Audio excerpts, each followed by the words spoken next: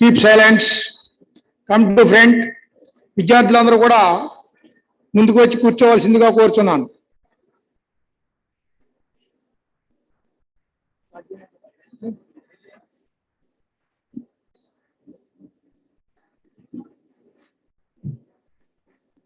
ఈనాటి కార్యక్రమానికి విచ్చేసినటువంటి మన కళాశాల ప్రిన్సిపాల్ గారు అయినటువంటి డాక్టర్ కె రామరాజు గారిని సాదరంగా వేదిక మీదకి ఆహ్వానిస్తున్నాం. ఆయనకు తరుణ్ బొకే ఇవ్వాల్సిందిగా కోరుతున్నాం.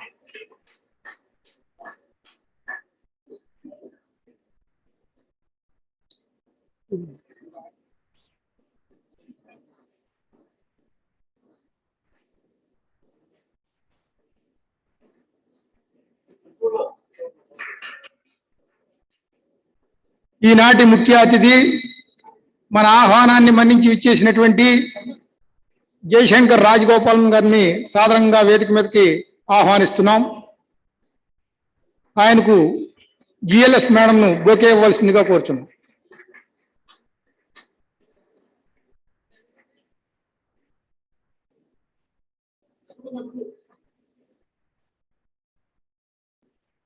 అలాగే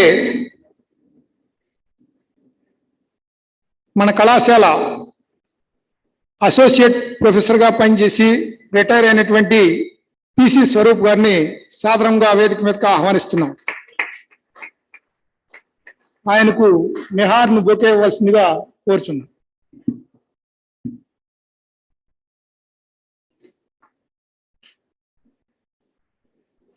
అలాగే మన కళాశాల head of the department of economics or Keshav గారిని సాదరంగా వేదిక మీదకు ఆహ్వానిస్తున్నాం. ఆయనకి బొకే ఇవ్వాల్సిందిగా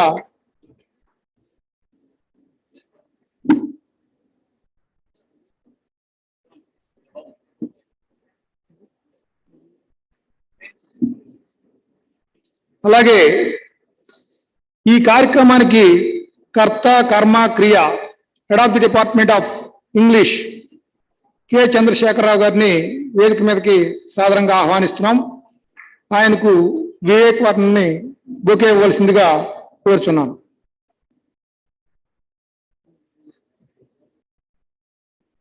అలాగే మన కళాశాల NCC officer M Naveen Kumar గారిని సాదరంగా వేదిక మీదకి ఆహ్వానిస్తున్నాం. ఆయనకు బొకే ఇవ్వాల్సిందిగా కోరుచున్నాం.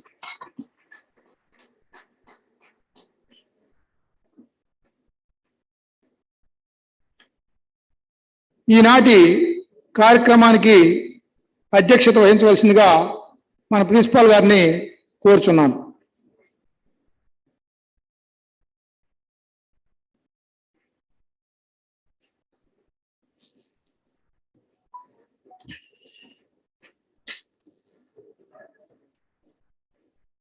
Respected Chandrasekhar Garu, Head of the Department of English, R. Kesav Garu, Head of the Department of Economics, N. Srinivasarao Garu, Head of the Department of Politics,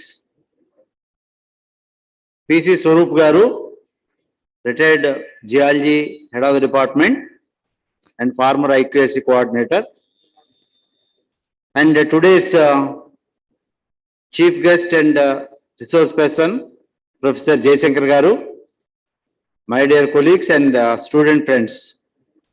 A very good morning to all of you. All of you know that this is the third day of the series of invited talks on enlightening our students on various topics. today Professor Jayashankar garu is going to give a talk on India as a civilization state and healthy world order. This topic is very new topic to us, and he will enlighten us on this aspect. Another important thing is today is an auspicious day, and also today is the happy birthday of Professor Jayashankar garu. So I want all of you to greet him with our claps.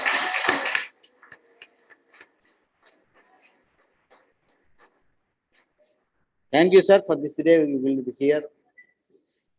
So I request all of you, this is a happy occasion, and we are lucky to have such a eminent resource person with us for all the 3 days. So we have to utilize his capacities and also his knowledge he will want to share with us. So I request all of you to listen him carefully, and if you have any doubts and clarifications, he will clarify them. Meanwhile, to understand him properly, Professor Swarup garu will help you in translating the talk by Professor Jayashankar garu. So I request one and all to utilize this program. Then only he also felt happy for coming over here. Thank you all for giving me this nice opportunity. Thank you.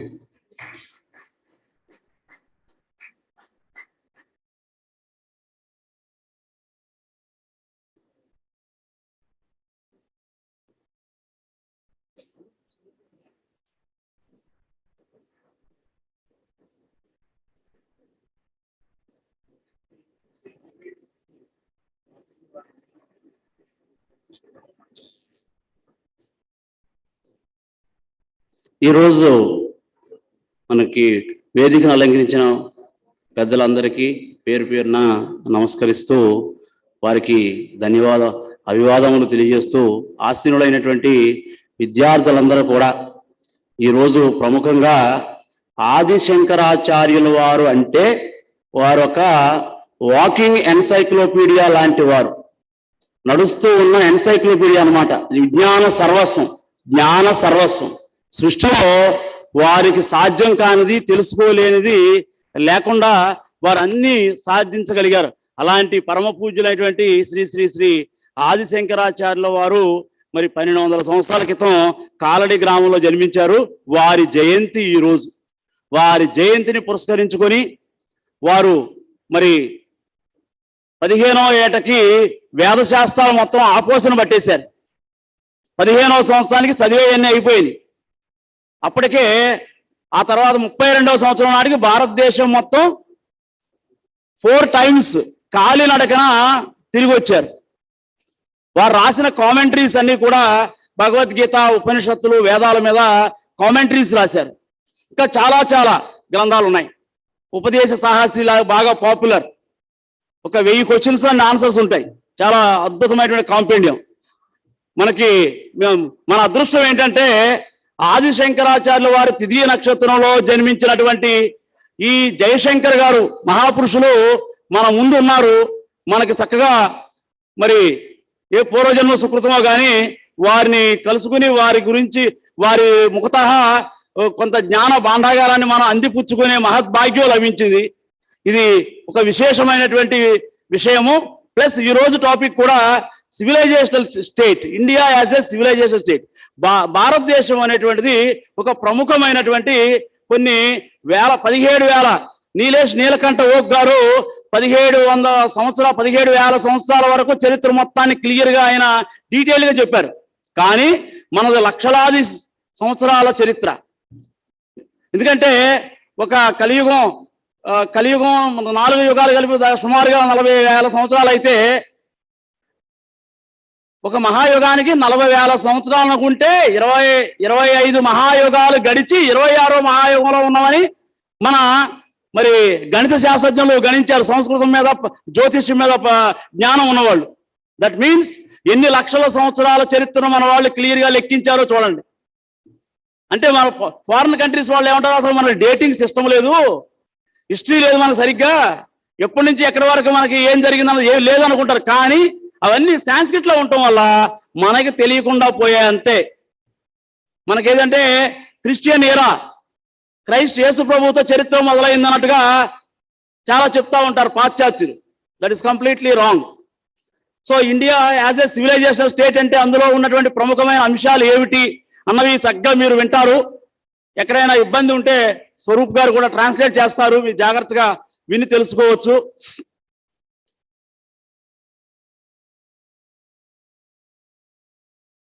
తర్వాత healthy world order అనుకున్నాం మనం. ఆరోగ్యవంతమైన ప్రపంచ వ్యవస్థ, అన్ని దేశాల మధ్యన కూడా విదేశాంగ విధానం కానీ ఇవన్నీ కూడా సత్సంబంధాలు ఉండాలి.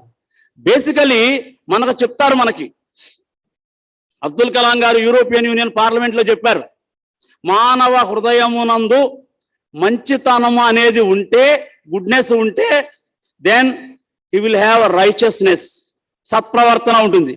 సత్ప్రవర్తన ఉంటే క్రమశిక్షణ వస్తుంది.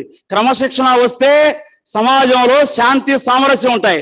ఒక సమాజంలో శాంతి సామరస్యం ఉంటే ప్రపంచం అంతా ఆరోగ్యంగా ఉంటుంది. దేశాల మధ్య యుద్ధ వాతావరణం ఉండదు. విదేశాంగ విధానం బ్రహ్మాండంగా ఉంటుంది. ప్రపంచం అంతా వసుదైవ కుటుంబకం, ఒకే కుటుంబంలాగా ఉంటుందని చెప్పి వారు చెప్పడం జరిగింది. యూరోపియన్ యూనియన్ పార్లమెంట్ లో 2 నిమిషాల స్పీచ్. దానికి యూరోపియన్ పార్లమెంట్ ప్రపంచ దేశ అధ్యక్షులందరూ కూడా మరి లేచి నిలబడి స్టాండింగ్ ఓవేషన్ ఇచ్చి వారి దగ్గర ఆటోగ్రాఫ్ తీసుకోవడం మొదలుపెట్టారు. కానీ విషయం వినడానికి చాలా సింపుల్ గా ఉంది. దీన్ని మన జీవితానికి అన్వయించుకుంటే అప్పుడు ఆదిశంకరాచార్యుల వారి యొక్క జీవిత అర్థం, పరమార్థం, అంతరార్థం, మన జీవిత లక్ష్యం, మనం సాధించవలసినటువంటి ఉన్నతి, ఇవన్నీ అర్థమవుతాయి. మనం చదివే చదువుని మన నిత్య జీవితానికి అన్వయించుకోకపోతే ఆ చదువు మనకి మన లక్ష్యాన్ని సాధించేలాగా ముందుకు నడిపించదు. మనం ఆనందంగా ఉండలేము, ఏమీ సాధించలేము. ఇది అసలు విషయం. అందుకని ఆయన అంటారు చోట, ఎందుకంటే ఆయన శ్లోకంతో స్టార్ట్ చేయాలి. ఆయన ఆదిశంకరాచార్యుల వారి జయంతి కాబట్టి, శరీరం స్వరూపం తదావా కళత్రం యశారు చిత్రం ధనం మేరు తుల్యం గురోరంగ్రి పద్మే మనచ్చేన్న లగ్నం తతః కిం తతః కిం తతః కిం తతః కిం. నీకు అందమైన శరీరము ఉన్నప్పటికీ, అందమైన భార్య ఉన్నప్పటికీ, మంచి పేరు ప్రతిష్టలను సంపాదించినప్పటికీ, మేరు పర్వతమంతా డబ్బు సంపాదించినప్పటికీ, జీవిత రహస్యాలను బోధించే గురుదేవుల పాద పద్మములందు నీ మనస్సు లగ్నము కానిచో ఈ జీవితమునకు ఏమి ప్రయోజనము, ఏమి ప్రయోజనము, ఏమి ప్రయోజనము, ఏమి ప్రయోజనము అన్నారు. మరి ఆదిశంకరాచార్య గారు చప్పట్లు కొడదామా? ఒకసారి చప్పట్లు కొడదామా ఆదిశంకరాచార్య వారికి? మరి ఎంత అర్థం ఉందో చూడండి.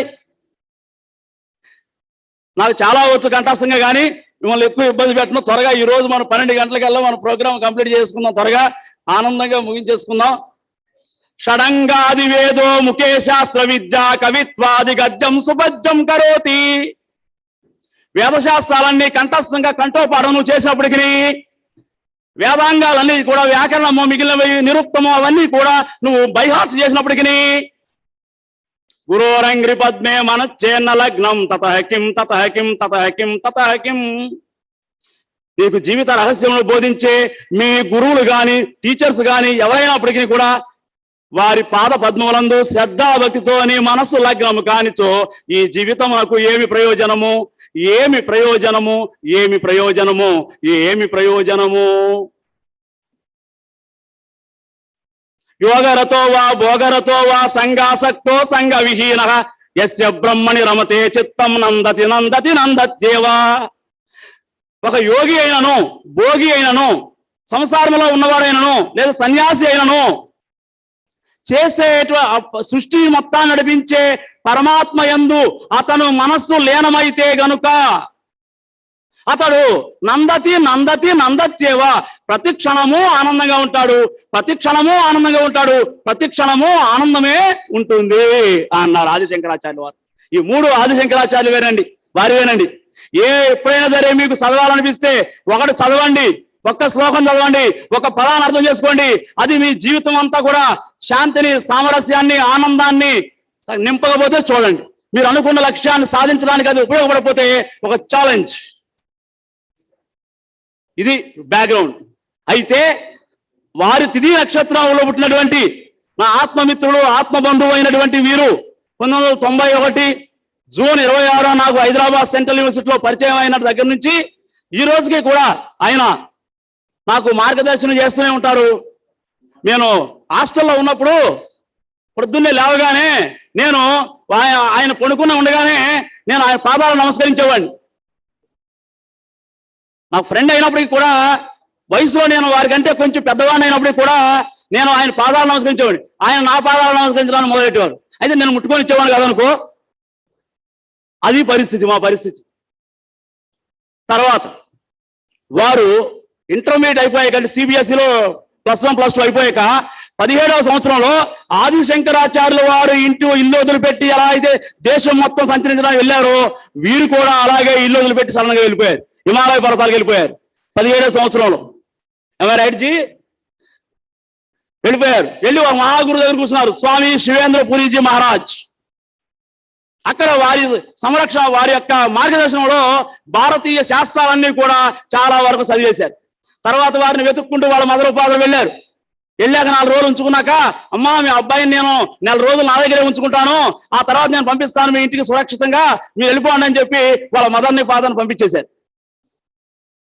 అంటే యు సీ, అంటే పువ్వు పుట్టగానే పరిమళిస్తుంది అంటారు. అంటే నువ్వు బాగా చదువుకుని ఉన్నతమైన స్థితిలోకి రావాలంటే నువ్వు ఎంత శ్రద్ధగా వింటున్నావు, ఎలా కూర్చున్నావు, ఎలాగ జ్ఞానేంద్రియాలు కర్మేంద్రియాలను ఉపయోగిస్తున్నావు. జ్ఞానం కోసం ఇచ్చినవి జ్ఞానేంద్రియాలు. మన కన్నుని, చెవుని, మన మనస్సుని, మన జ్ఞానేంద్రియాన్ని, ఇవన్నీ సక్రమంగా ఉపయోగించుకుంటున్నామా మనము?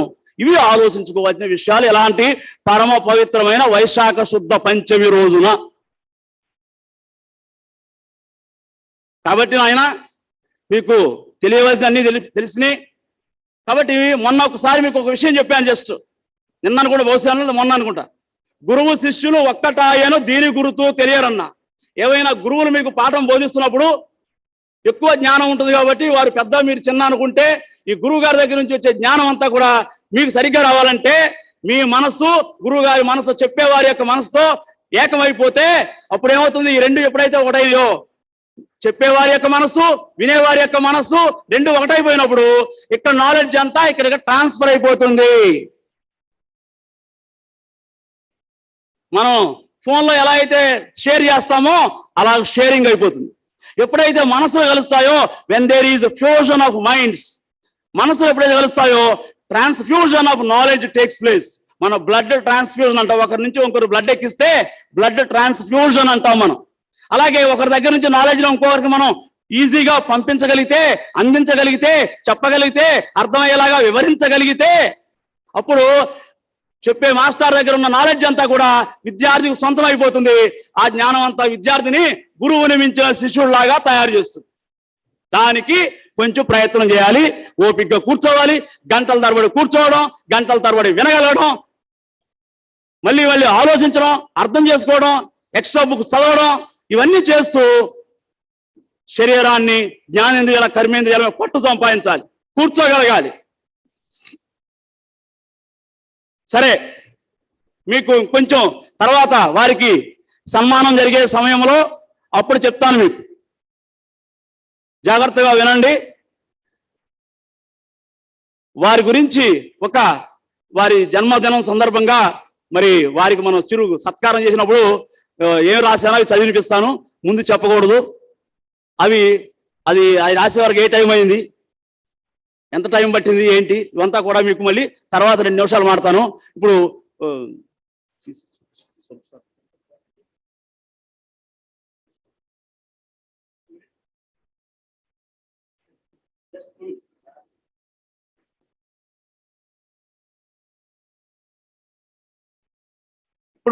మనకి economics head of the department R Keshav గారు ఒక 2-3 నిమిషాలు మాట్లాడతారు. నాయన శ్రద్ధగా వినండి. ఎందుకంటే సివిలైజేషనల్ స్టేట్, ప్రపంచ దేశాల మధ్య గొడవలు ఉంటే ఆర్థిక ప్రభావం ఎలా ఉంటుంది, ఆర్థికంగా ధరలు ఎలా పెరిగిపోతాయి, ఏంటి విషయాల మీద వారు కాస్త మాట్లాడతారు. మీతో శ్రద్ధగా వినండి.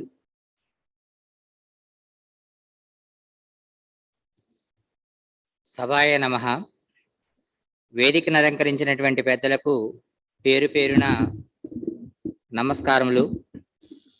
వేదిక వద్ద ఉన్నటువంటి ఉపాధ్యాయులకు, ఉపాధ్యాయేతర సిబ్బందికి నమస్కారాలు. విద్యార్థులకు శుభాశీస్సులు. భారతదేశ సంస్కృతి సాంప్రదాయాల గురించి ఈరోజు మనం మాట్లాడుకుంటూ ఉన్నాము. అసలు భారతదేశ సంస్కృతి సాంప్రదాయాలతోటి ఆర్థిక పరిస్థితులు అనేవి ముడిపడి ఉన్నాయి అనే విషయాన్ని చాలా వరకు మర్చిపోతూ ఉంటాం మనం. అసలు ఇంటి దగ్గర నుండి ప్రపంచ దేశాల మధ్య యుద్ధాల వరకు జరుగుతున్నాయి అంటే ప్రతి యుద్ధం వెనుక ఉన్నది ఒకే ఒక సమస్య, ఆర్థిక సమస్య. ఈ ఆర్థిక సమస్యలని పెద్దవి కాకుండా మన మధ్య ఐక్యతను పెంచుతూ, మన మధ్య సఖ్యతను, స్నేహాన్ని, ప్రేమ వాత్సల్యాలని అభివృద్ధి చేయడానికి ఉపయోగపడ్డాయే మన సంస్కృతిలో ఉన్నటువంటి భావాలు. అసలు భారతదేశ సంస్కృతి అనేది ప్రపంచ దేశాల సంస్కృతికి విభిన్నమైనది. ఒక చిన్న ఉదాహరణ చెప్తాను. ఒకసారి ఒక పాశ్చాత్య దేశంలో ఒక జనాభా లెక్కలు సేకరిస్తున్నారు. జనాభా లెక్కలు సేకరిస్తున్నప్పుడు లెక్కలు సేకరించే ఉపాధ్యాయుడు ఒక ఇంటికి వెళ్ళాడు. డోర్ కొట్టిన తర్వాత ఆమె బయటకు వచ్చిన తర్వాత, అమ్మ నీ పేరేం పేరు అని అడిగాడు. మేరీ విల్సన్ అంది. రాసుకున్నాడు. మళ్ళా 2వ సంవత్సరం వెళ్ళాడు. మళ్ళీ డోర్ కొట్టాడు. అమ్మ మీరు మేరీ విల్సన్నే కదా, కన్ఫర్మ్ చేసుకోమంటారంటే, నో మేరీ రాబర్ట్ నా పేరు అంది. అదేంటమ్మా విల్సన్ అన్నా కదా ఇప్పుడు రాబర్ట్ అన్నా అంటే, ఆయన లాస్ట్ ఇయర్ విడాకులు ఇచ్చేస్తాను ఆయనకి అంది. అంటే అటువంటిది కాదు మన సంస్కృతి. మనది 100 సంవత్సరాలు ఉన్నటువంటి వివాహ వ్యవస్థ, పటిష్టమైన వివాహ వ్యవస్థను ఏర్పాటు చేశారు. సాంప్రదాయాలు, ఆచారాలు ఇవన్నీ కూడా చాలా చక్కగా పొందికగా పెట్టారు. ప్రతి సాంప్రదాయం వెనుకాల ఒక ఆర్థిక విషయము, ఒక రాజకీయ విషయము, ఒక సామాజిక విషయము, ఒక సాంఘిక విషయం ముడిపడి ఉంటాయి. కానీ మనం చేస్తున్నది ఏమిటి? ఈరోజు మన పూర్వీకులు మనకు చెప్పింది మనం, కానీ ఈరోజు మనం చేస్తుంది మా కులం, మా మతం, మా ప్రాంతం, మా వర్గం. ఇది మనం చేస్తున్న పని. ఇవి వినడానికి, భుజాల మీద చేతులు వేసుకోవడానికి చాలా బాగుంటాయి. కానీ ఆర్థిక వ్యవస్థ విచ్ఛిన్నం కావడానికి, సామాజిక వ్యవస్థ విచ్ఛిన్నం కావడానికి ఇవే ప్రధానం. మన యొక్క వ్యవస్థలో మనం ఏ విధంగా మారాలంటే మా నుండి మనం వరకు వెళ్ళాలి. మా కులం కాదు. ఒకసారి స్వామి వివేకానంద ఒకళ్ళు అడిగారు, మీకుదే కులము అని అడిగారు. నాది భారతీయ కులము అన్నాడు. నీదే దేశము అన్నాడు. పవిత్ర భారతదేశము అన్నాడు. కానీ మనం అలా చెప్పట్లా. మీదే కులము అంటే మనకి ట్రాన్స్ఫర్ సర్టిఫికేట్ లో రాసినటువంటి కులాన్ని మనం చెప్తున్నాం. లేదా మన యొక్క ఫ్రెండ్స్ తోటి కులపరంగా, వర్గపరంగా కొన్ని కుంకుమట్లు పెట్టుకుంటున్నాం. మళ్ళీ మనమే చిన్న కూటమిలు పెట్టుకుంటున్నాం. ఇది కాదు భారతదేశం కోరుకునేది. సమైక్య భారతదేశం ఏక వెన్నెముకతో నడుస్తూ ఉంది. అదే భిన్నత్వంలో ఏకత్వాన్ని సాధిస్తూ ఉన్నాం. విద్యార్థుల మధ్య భారతీయ సంస్కృతి నేర్పేది ఒక్కటే, భిన్నత్వం నుంచి ఏకత్వాన్ని నేర్చుకోండి.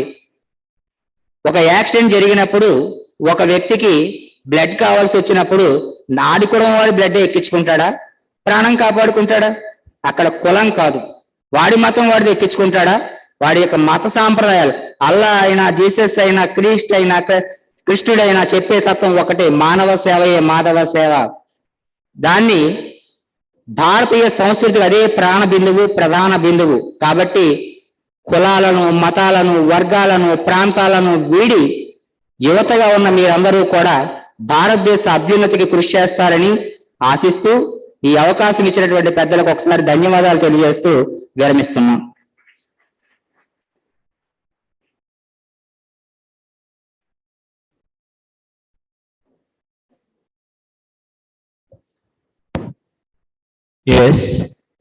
మనకి కేశవ గారు చక్కని అద్భుతమైన సందేశాన్ని ఇచ్చారు. భారతదేశంతో మమేకం అవడం అనేటువంటిది అందరికీ కూడా నేషనాలిటీ అనేటువంటిది, ఆ ప్యాట్రియాటిక్ స్పిరిట్ అనేది, I and my country that elevates us, unites us, never divides us, then that feeling should dominate all other considerations that come by birth అంటున్నారు. అలాగే ఇప్పుడు ఆదిశంకరాచార్యుల వారి జయంతి సందర్భంగా మన లెఫ్టినెంట్ ఎంఎన్కే గారు 1 నిమిషం మీకు శుభాకాంక్షలు తెలియజేస్తారు. 1 నిమిషం.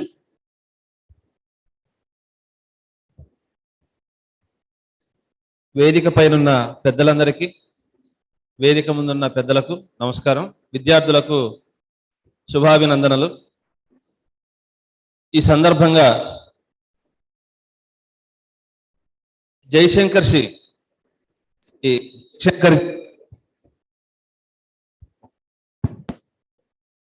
ప్రొఫెసర్ జయశంకర్ జీ గారు మన ముందుకు రావడం, ఈరోజు ఈ 3 రోజులు ఇక్కడ స్పెండ్ చేయటం చాలా శుభ పరిణామం.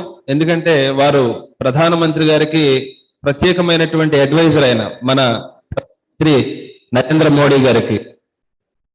సో వారు ఇచ్చేటువంటి సందేశాన్ని మీరందరూ కూడా శ్రద్ధగా విని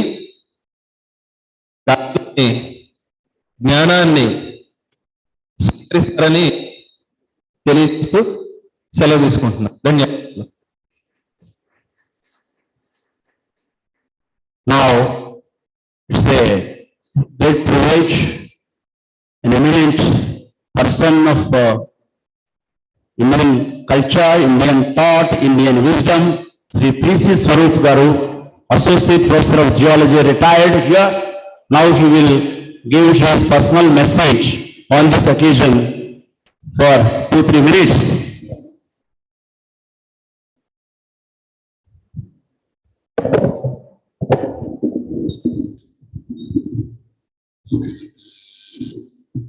Yeah, good morning to all of you. మనమందరం కూడా ఇవాళ ఒక విశిష్ట వ్యక్తి యొక్క ప్రసంగం విందామని వచ్చాం. సరే, ఈ కళాశాలలో దాదాపు 1983 నుండి 2017 ఒక 34 సంవత్సరాలు పనిచేసాం. ఒక 20 సంవత్సరాల పైన కల్చరల్ కోఆర్డినేటర్గా చేయటం. ఇదే ఆడిటోరియంలో బిట్వీన్ 1988 to 2016 ఒక 28 ఏళ్ళు, ఒక 50 పైగా పెద్ద పెద్ద భారీ కార్యక్రమాలు, విశ్వవిద్యాలయం స్థాయివి, విద్యాలయం స్థాయివి, ఇలా అనేక కార్యక్రమాలు చేపట్టాం. అందులో ఇన్వాల్వ్ అయిన వాళ్ళంతా ఇక్కడ ఉన్నారు. N Srinivasa Rao, head of politics department, మన పూర్వ విద్యార్థి. అట్లాగే లెఫ్టినెంట్ ఎం నవీన్ కుమార్, తర్వాత కేశవ్ గారు, senior most faculty, head department of economics. Then you have Chandrashekar, my friend for the past 18 years and also working here for the past 14 years. 2 విషయాలు మాత్రం మీకు చెప్పాలి. ఒకటి, చంద్రశేఖర్ గారు head of the department English, కానీ ఆయన తెలుగులో సంస్కృతంలో కూడా పండితులు. మీరు వారి ప్రసంగం బట్టి మీకు అర్థమై ఉంటుంది. మనకి మార్చ్ మొదటి వారంలో ఇక్కడికి honourable vice president of India Venkaiah Naidu గారు వచ్చారు మన కళాశాలకి. అప్పుడు వారికి ప్రశంసా పత్రం ఇవ్వాలని మేనేజ్మెంట్ సంకల్పించినప్పుడు సంస్కృతంలో వారు సంస్కృతం, ఇంగ్లీష్, తెలుగు 3 రాశారు. మేనేజ్మెంట్ సంస్కృతంలో దాన్ని యాక్సెప్ట్ చేసి దాన్ని మనం సిల్వర్ ప్లేట్ మీద కళాశాల యాజమాన్యం తరఫున, సిబ్బంది తరఫున ఇవ్వటం జరిగింది. అంటే యూ కెన్ అండర్స్టాండ్, భాష అనేది దాన్నే కేశవ్ గారు చాలా చక్కగా మనం ఎలా విడిపోయాం, ఎలా కుంపట్లు పెట్టుకున్నాం అని చెప్పారు. మరి ఎంతమంది ప్రజ్ఞావంతులు. అట్లాగే ఆదిశంకరాచార్య 33 సంవత్సరాలనే భారతదేశం అంతా, అది ఎప్పుడో సరే 1200 ఏళ్ల క్రితం మనం చూసాము అనుకోవచ్చు, కానీ చరిత్ర. అట్లాగే చంద్రశేఖరేంద్ర సరస్వతి స్వామి పెరియవాళ్ళు అనేవారు. ఆయన 1894 నుంచి 1993 100 సంవత్సరాలు జీవించారు. కంచి పరమాచారి అంటారు. వారు భారతదేశం అంతా 17 ఏళ్ళు భారతదేశం అంతా కూడా పాదయాత్ర చేశారు. మనకు పాదయాత్ర అంటే మీరు యంగర్ జనరేషన్, మన రాజకీయ నాయకులదేమో మీకు అర్థమవుతుంది. ఎంతసేపు వెళ్ళటం, ముద్దులో లేకపోతే ఇలా ఇలా అంటాం, మనకి ఇవే మన పాదయాత్రలు అంటే వాటిలో సమ్ మోటివ్. కానీ ఆయన 17 ఏళ్ళు అసలు భారతదేశం అంటే ఏంటి, దాని ఒక ఎత్తేలి అనే ప్రతిపాదనకు వచ్చారు. ఈవెన్ ఏలూరు ప్రతి స్థలం నుంచి వెళ్ళారు ఆయన, పరమాచార్య శంకరాచార్య. అంటే హార్డ్లీ 30-35 ఏళ్ల క్రితం వరకు కూడా వారు జీవించున్నారు. అంటే ఇవన్నీ జరిగిన ప్రశస్తిమైన నేల. అటువంటి దానికి వాళ్ళ మనకి డాక్టర్ జయశంకర్ గారు లాంటి నేషనల్ అడ్వైజర్ అన్నారు పిఎం మోడీ గారికి, ఎడ్యుకేషనిస్ట్, అంతర్జాతీయ విశ్వవిద్యాలయాలకు ఆయన సలహాదారు.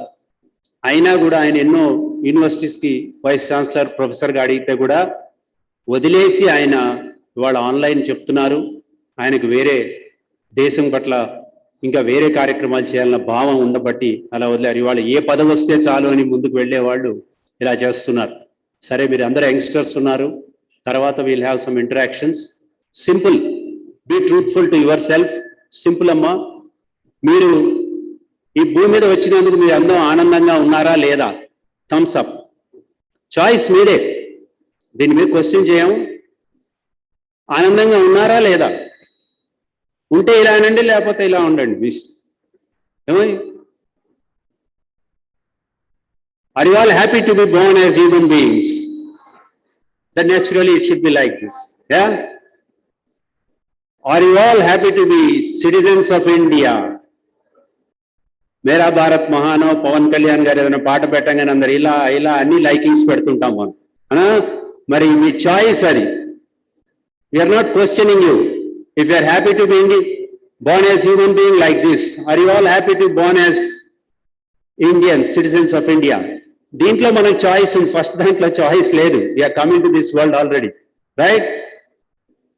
ఏమో ఏంటి స్పందన? Ya, right. Your fingers are somewhere else. Ya, right. Are you all happy to be in Andhra Pradesh? మీ ఇష్టం, చాయిస్. ఇలాగా నేనేమి అస్క్రైబ్ చేయట్లే, ఊరికే అడుగుతున్నాను అంతే. ఎందుకంటే విడిపోయాం కదా, తెలంగాణ స్టేట్ విడిపోయినప్పుడు ఇక్కడ ధర్నాలు చేసాం మనం 13-14 లెక్చరర్స్ అందరం, అయినా విడిపోయింది, right? Are you all happy to be a youth or a student? ఇవన్నీ తర్వాత కొంతసేపు ఆలోచించండి. నిజంగా మీరు హ్యాపీగా ఉన్నారా? ఒక యూత్ గానే స్టూడెంట్. చాలా మంది యూత్ లో కూడా ఇలా నిద్రపోతూ ఉంటారు. అంటే మీరు కాదు, ఇక్కడ ఉన్న వాళ్ళంతా బ్రైట్ ఫేసెస్ ఉన్నాయి. ఎస్, మీ చాయిస్ మీదమ్మా. Are you all happy to be in this programme today?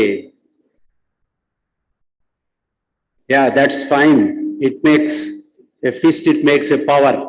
It's nice. Thank you. Just to pep you up, we'll have Dr. Jayashankar garu today. Let us listen to oka sakkani dharalanu message oka 40-45 నిమిషాలు. Let us listen to Professor Jayashankar garu. Thank you.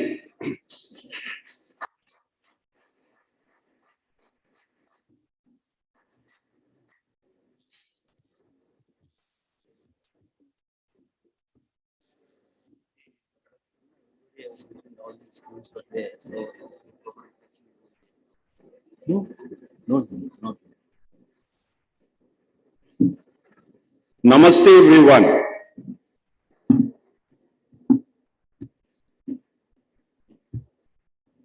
So though this is not the first day's talk for me, this is the third talk, but every day is a new day. So may I convey to you all how happy I am to be in your midst and in this great institution of learning to share some of my ideas this morning. So the topic given to me today is India as a civilizational state and a healthy world order. Like the topics given in the last 2 days, this is also a large topic, but the canvas of the topic is quite large. But I'll try to cover the topic with my ideas pertaining to the topic in a simple way that I hope you will understand and get inspired by. So as I think the principal sir was telling you, today happens to be my birthday, and some of those who haven't known me really well don't know how old I am. You see, people who have known me for a long time know how old I am and what is the age I am turning today, etc. But some who have befriended me only recently have no idea of it. So one of those friends who befriended me recently happened to ask me this morning, "Sir, how old are you?" So I said, physically I am 52, But otherwise, I feel that I am 5,000 years old.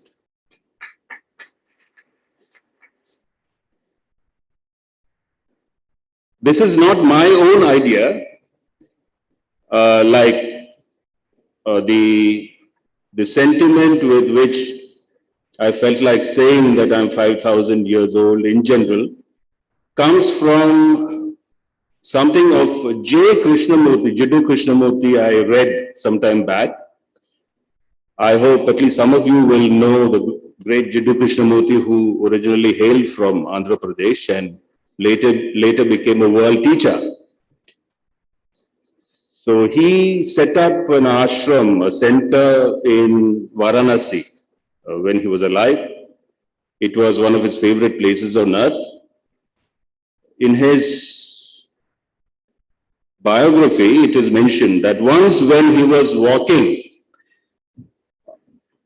in his ashram in Rajghat in Varanasi, he felt that he is 2,000 years old. What he was referring to was, I think, the ethos he thought he belongs to. He felt at that point of time that he belongs to an ethos that is at least 2,000 years old.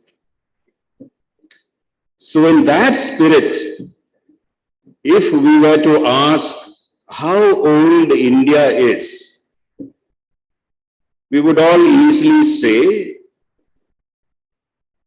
that India is around 75 years old from 1947 onwards, if we were to count. And even officially, we are celebrating the 75th year, Azadi Ka Amrit Mahotsav and so on. So the 75-year-old timeline is a certain timeline that is relevant to India. But is India only 75 years old, or is it older than that? Is a question that we should all be asking ourselves.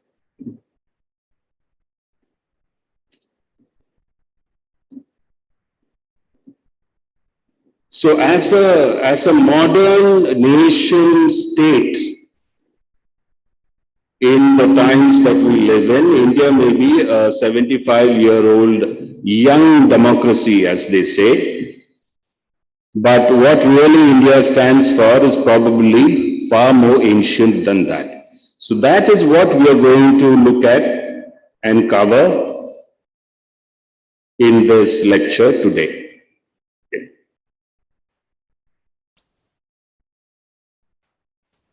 Incidentally,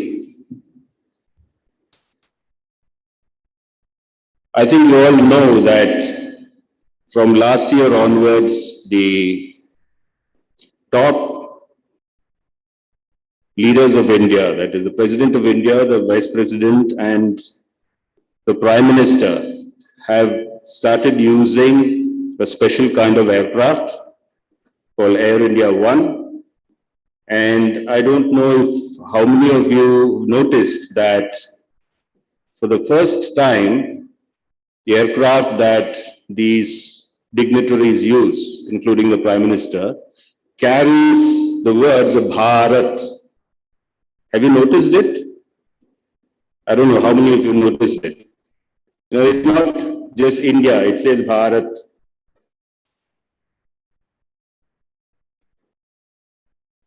So, from the point of view of the modern kind of thinking that India is only 75 years old and not older than that,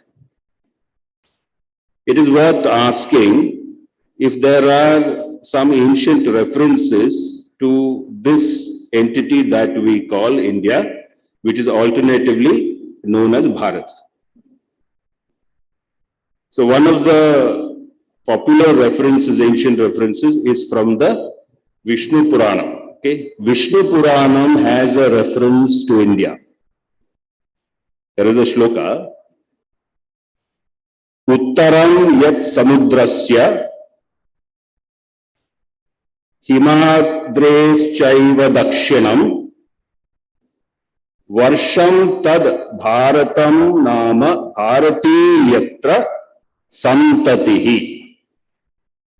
This is a shloka from one of our Puranas, which means the land which lies south of the Himalayas and to the north of the ocean. Here the reference is obviously to the ocean that is currently known as the Indian Ocean. Bharatam is the land which lies south of the Himalayas and to the north of the ocean. The people who live here are called the Bharatiya. Now, this is not from the Constitution of India. This is not from any modern political science or history textbook. This is from the Vishnu Purana, which goes without saying that even before India became a modern nation state, politically free from foreign rule in 1947 on 15th August at midnight and so on, long before that, India and Indians knew themselves as being one entity and knew themselves as being one entity of an ancient time.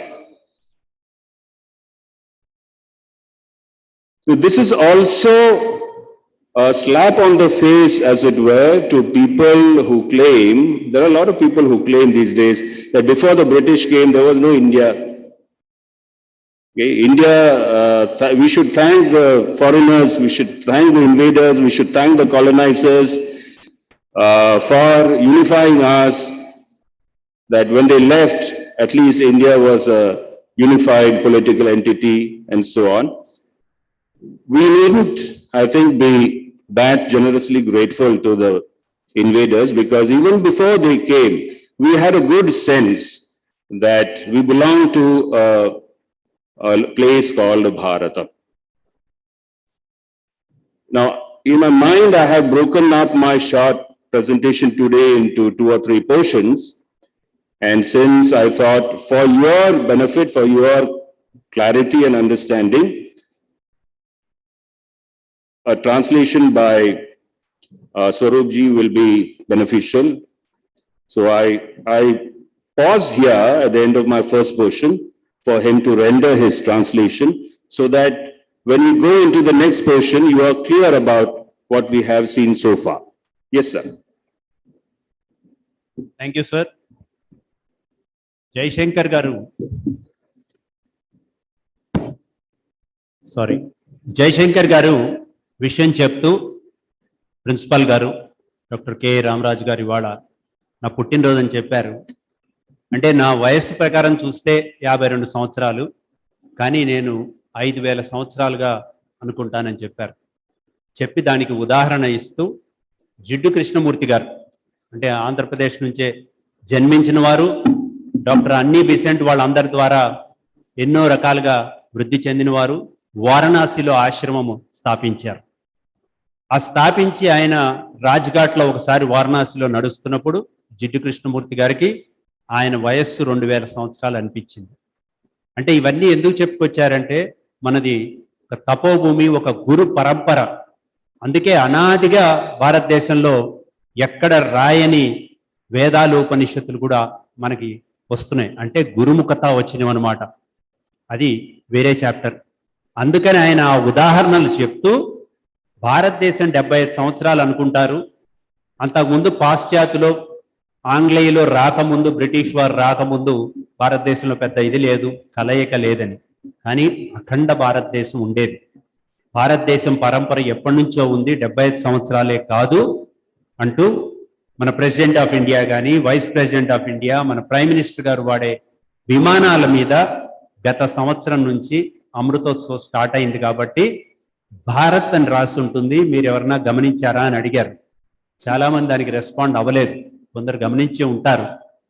ఆ భారత్ అనేది అని విష్ణు పురాణంలో శ్లోకం. విష్ణు పురాణం ఇవన్నీ కూడా 1000 సంవత్సరాల క్రితం రాయబడినవి, ఉల్లేఖించబడినవి, ఉటంకించబడినవి.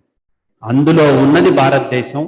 ఉత్తరాన హిమాలయ పర్వతాలు, దక్షిణాన ఇప్పుడు పేరు పెట్టిన ఇండియన్ ఓషన్. ఒకటి బాగా గుర్తుపెట్టుకోండి, ఇండియన్ ఓషన్ మనం పేరు పెట్టలేదు, మొత్తం ప్రపంచవ్యాప్తంగా మ్యాప్లో ఉంటుంది. ఏ దేశానికి లేనిది ఇండియా ఒక్కదానికే ఓషన్ పేరు మీద ఉంటుంది, మిగతా ఏ దేశానికి కూడా మహాసముద్రం ఆ దేశం పేరు మీద ఉండదు. అంటే ఇది కూడా యాదృచ్ఛికంగా ఎలా వచ్చిందో మీరు ఊహించుకోవచ్చు. ఇది ఆయన మొదటి ఫేజ్లో చెప్తూ మళ్ళీ రెండో పార్ట్లోకి వెళ్తా అన్నారు. Thank you sir. Thank you, sir. That was so crisp and effective.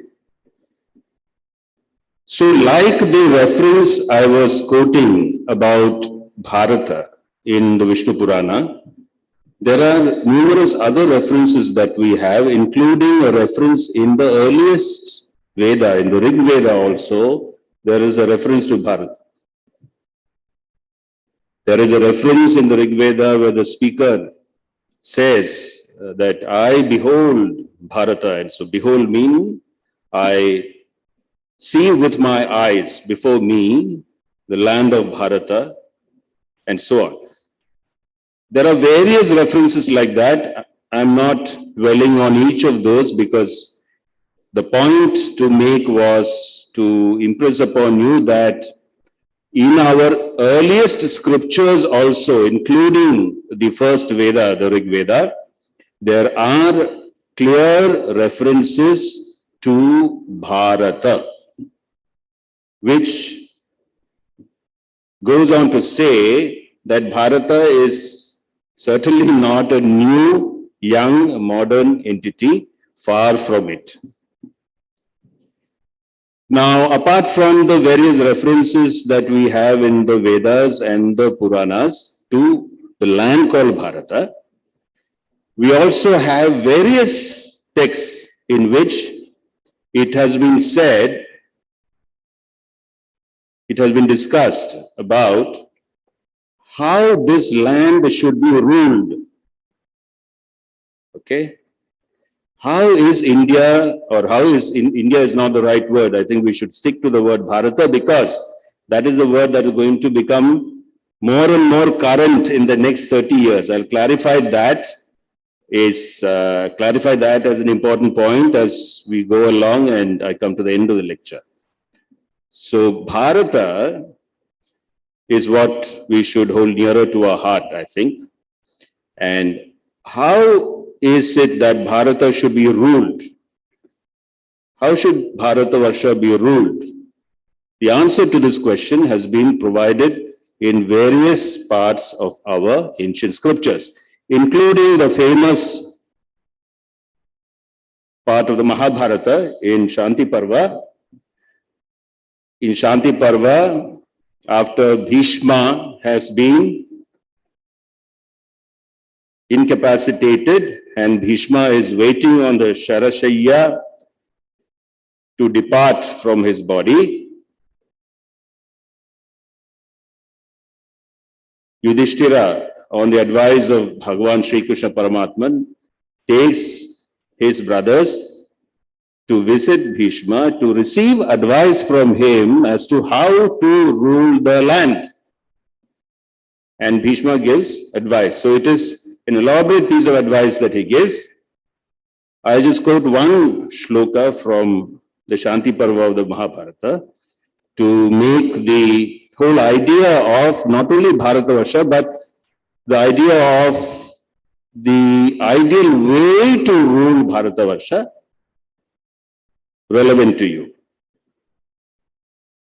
Here in this shloka, Bhishma is referring to the qualities of a good and effective ruler of Bharata.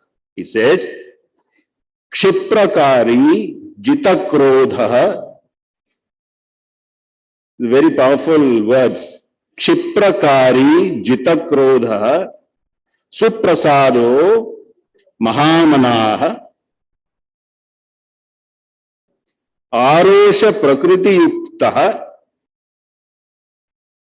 kriyavanavi kathanaha. The meaning is a person who has been endowed with the responsibility of ruling this land will do well to possess these qualities. What are the qualities? Quickness in decision making, softness in behavior, industrious, hardworking, far-sighted, not paying importance to self-pride, okay? Not a self-proud person, not a person with vanity, and someone who has control over anger. These are being presented by Bhishma as the qualities of a person who will rule over India effectively. The same kind of narrative about which are the effective ways to rule this land continues even after the Mahabharata time. Another important phase in the long history of India that we see again this topic being raised about effective way to rule India is in Kautilya's Arthashastra. It is a long treatise, as some of you may know, especially those in politics and so on, those who are students of politics and so on. And it is in the Arthashastra that for the first time we have very clearly mentioned that rulership of the nation called Bharata should be influenced by the four Purusharthas, that is Kama, Artha, Dharma and Moksha. Now this is a very large topic in itself, but I will try to condense it for your understanding. What we mean by Kama is a kind of, to put it simply, the kind of fun we have in life, all kinds of fun. Life is a big burden without fun, no? So that fun aspect, including light-hearted moments, light conversations with others, you know, all those light-hearted activities of life will be classified under Kama.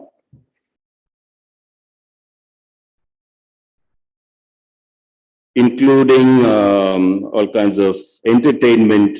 In ancient India, you know, all the dance forms, all the music, all this would be classified under Kama. And all this costs money. So the resources that will support the Kama level of activities would be Artha. The resources that will support not only Kama, but all kinds of activity will be Artha. The proper way to generate this Artha would be Dharma. The proper way to generate wealth would be Dharma. And finally, once one is done with the responsibilities of life, to retire and to seek a higher life is the path towards moksha. So all this put together, we call the four Purusharthas. So the life of this nation called India is founded on the four Purusharthas, has been clearly mentioned in various texts, including Chanakya's or Kautilya's Arthashastra.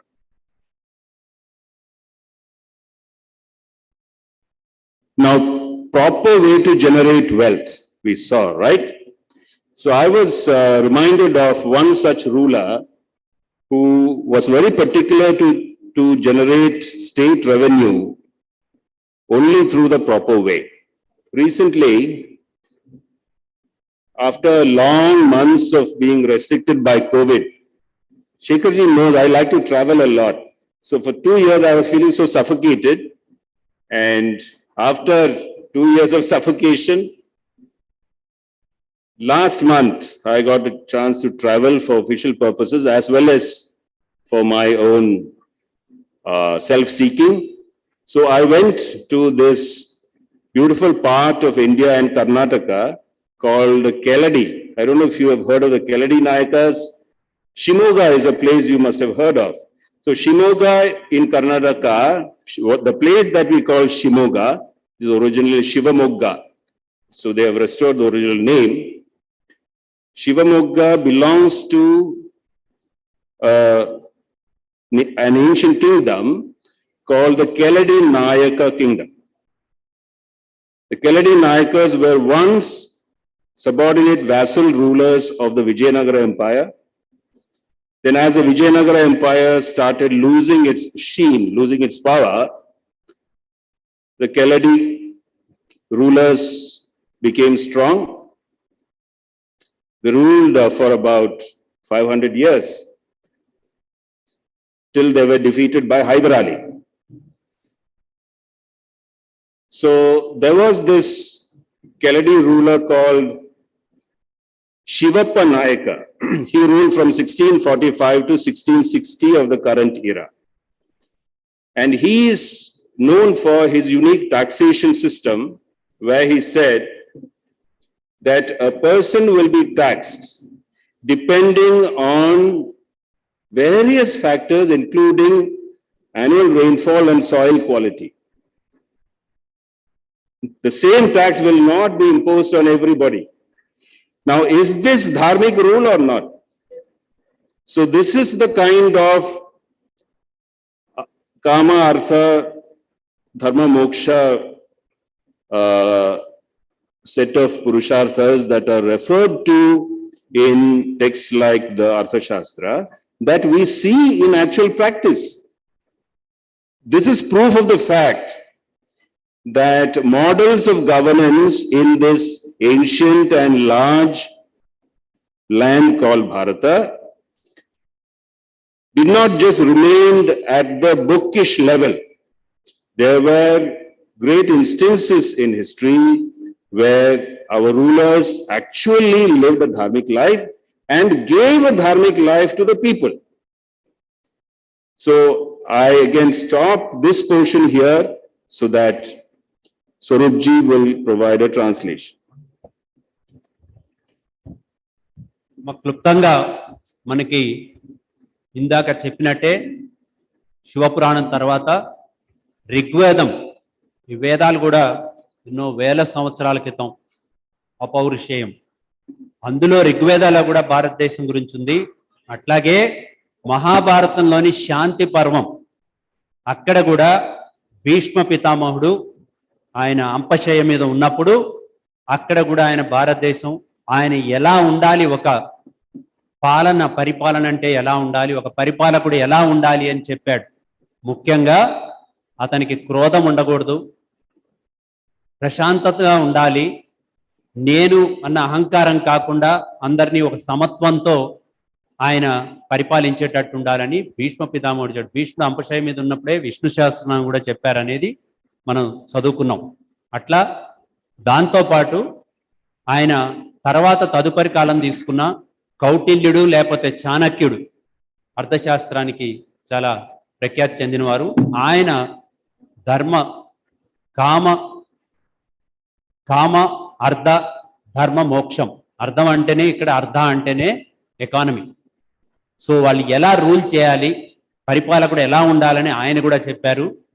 నేను భారతదేశం అంతా తిరుగుతూ ఉంటాను, ఈయన విదేశాలు కూడా చాలాసార్లు వెళ్ళొచ్చారు.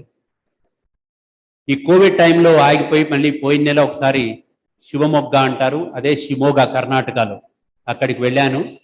అక్కడ కేరళీ నాయకులని విజయనగర సామ్రాజ్యం తర్వాత సామంతులుగా ఉండి తర్వాత రూరల్స్ అయ్యారు. అక్కడ 1645 నుంచి 1660 15 ఏళ్ళు రూల్ చేసిన ఆయన ఏం చేసేవాడంటే ట్యాక్సేషన్. ఎందుకనంటే అంతకుముందు కౌటిల్యుడు చెప్పిన దాంట్లో చాణక్యుడిలోనే మనం ముందు సరైన సంపద అంతా సమకూర్చుకుంటేనే దాని పట్టే మనకి రాజ్యం కూడా సుభిక్షంగా ఉంటుందని రాశారు. ఈయన దగ్గర చూశాను 1645 నుంచి 1660 దాకా పాలించిన కేరళీ నాయకుడు అందరికీ సమంగా ట్యాక్స్ వేయకుండా, అప్పుడు అంతా వర్షాధారము వ్యవసాయం మీదే ఎక్కువ జీవించేవాడు. అందుకని అందరికీ ఒకే రకం ట్యాక్స్ కాకుండా వారి వారి ఉత్పత్తి సామర్థ్యం పైనుంచి వర్షము, భూమి యొక్క సారం బట్టి సారాంశం, దాని యొక్క సారవంతం ఎలా ప్రతిఫలం ఇస్తుందో దాన్ని బట్టి ట్యాక్స్ వేసేవాళ్ళు. అది నాయకుల ఒక లక్షణం అని ఆయన అది కూడా ఎగ్జాంపుల్స్ చెప్పారు. అంటే పురాణాల నుంచి అలాగే కొంచెం చరిత్ర నుంచి మళ్ళీ ఇటీవల కాల చరిత్ర వరకు కూడా ఎలా రూల్ చేశారో భారతదేశం ఒక ప్రాశస్త్యాన్ని చెప్తూ వస్తున్నారు. Thank you sir. Thank you, sir. So this emphasis on Bharata as an ancient entity that abides by certain principles mainly governed by dharma. When we talk of artha, kama, artha, dharma and moksha, we should understand that these are not just 1, 2, 3, 4 kind of, it's not a list like that, but it's a list that tells us that kama and artha are to be governed by dharma. Dharma is the governing factor here, and moksha is a stage where after your responsibilities are over, you retire into higher things. So the lower practical levels of life, which are kama and artha, are to be governed by proper ways of living. So this idea of dharma being at the center of the nation's life, you find in various great minds, various pieces of literature given by them. The most famous of them in our own modern time being Sri Aurobindo, who is known to have said, it is only the dharma, by the dharma alone, that India exists. So, Sri Aurobindo, who went to the extent of impressing upon us that without dharma, there is no real existence for this entity called India or Bharata that we are referring to.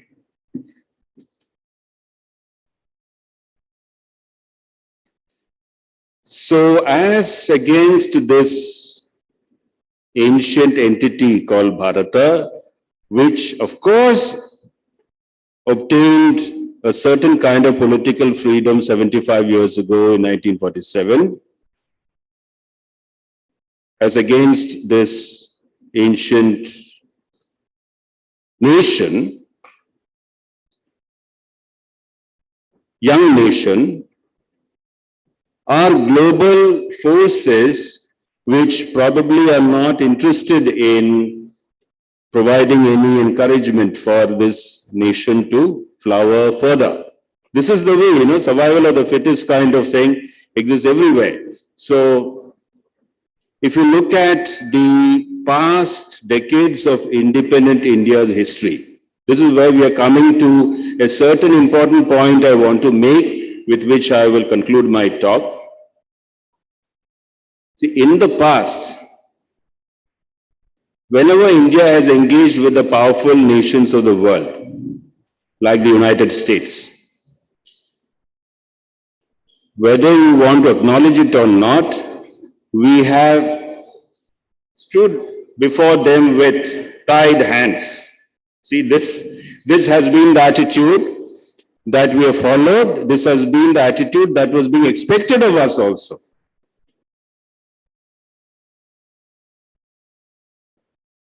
Here it is important for you to understand that everybody will appreciate to a certain extent if you say, oh, we are glorious, we are a nation with a glorious past, we have a hoary past of 5,000 years, the Vedas were born here, all religions were given a place here, all that. But then you would have to accept before the powerful nations of the world that we are still a young democracy and our responsibilities in the world order are yet limited. They would want us not to flex our muscles and so on. So if you look at this essentially Indo-American relations in the past 75 years, it will become clear to you that each time there has been an engagement between the government of India and the government of the United States, they would come with prepared sets of documents to push us to the wall. No? They would come prepared with a set of documents that would pin us with what they would claim to be certain wrongs that we are doing. There is no freedom in India. There is no press freedom. There is no freedom for minorities. Blah, blah, blah. Lot of things that they would invent in order to pin the government of India down and prevent the government of India from conveying what it would really want to convey. Now, for the first time in 75 years, last month, when a delegation from India visited the United States, things began to change. And that change is what has inspired me to choose this topic for today's presentation. There was a meeting that was being live telecast. There are YouTube videos online. If you are interested, you should watch them. Even if you are mildly interested, I strongly encourage you to watch them. Just go to YouTube, type in Dr. S. Jayashankar statement in the USA. You will get those videos. Please watch them. Any of them watched them so far? Are you aware of what Dr. Jayashankar said? Okay.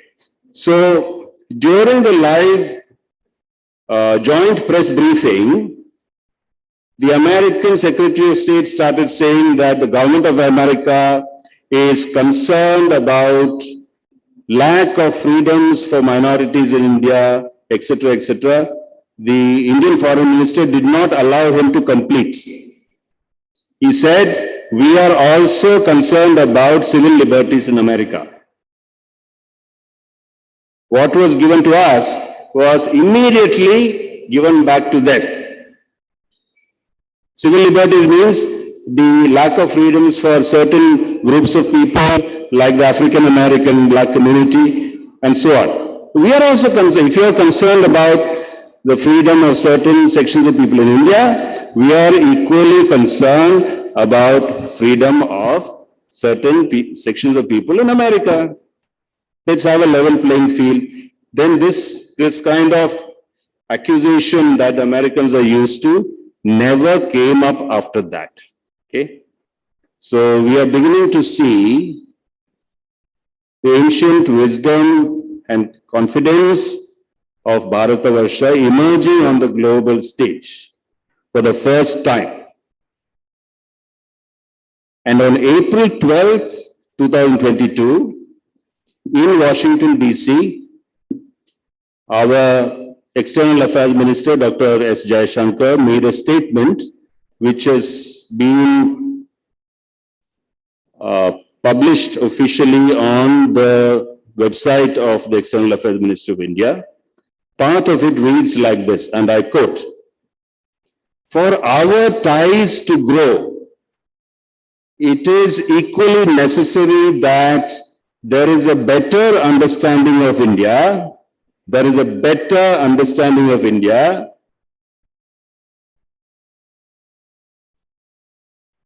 and the world, better understanding of India and the world on the part of Americans. Your appreciation of a civilizational state is essential. Your appreciation of a civilizational state is essential." Now, what the foreign minister is saying here, clearly in no uncertain terms, is that you are now dealing with a different India. You are not dealing with a 75-year-old India. You are dealing with a 5,000-year-old India. Right? You understand the difference? I'm also happy because I think a few students got my point. Just imagine the Indian foreign minister on American soil in the American capital, DC, Washington, DC, telling the world in the presence of the American foreign secretary that you are now not dealing with a 75-year-old India, you are dealing with a 5,000-plus-year-old India. And it's for the good of both of us and the world that we recognize this. So we are seeing things quickly changing. And this change that we are beginning to see, I think, in my own understanding and assessment, will continue till 2040-45. And by the time we reach 2040-45, we will see a new world order in which India will be a leader in many ways. A leader not the kind of leader that we have seen world powers to be in recent past, like bullying over other nations, creating war in different parts of the world, making money out of it. Not that kind of leader, but a leader who leads by example, a leader who gives nations and peoples of the rest of the world a better life to live and large-scale peace on the planet. So this is the kind of civilizational India that is emerging. A small point came up when we were discussing some basic aspects of the topic this morning. Why is it being termed as a civilizational state and not civilizational nation? This is a technical issue which can be easily addressed. See, a nation is basically a geographical entity. From point of view of modern politics, political science, students of that subject will know. A nation is basically a geographical entity. A nation state is a geopolitical entity. Right?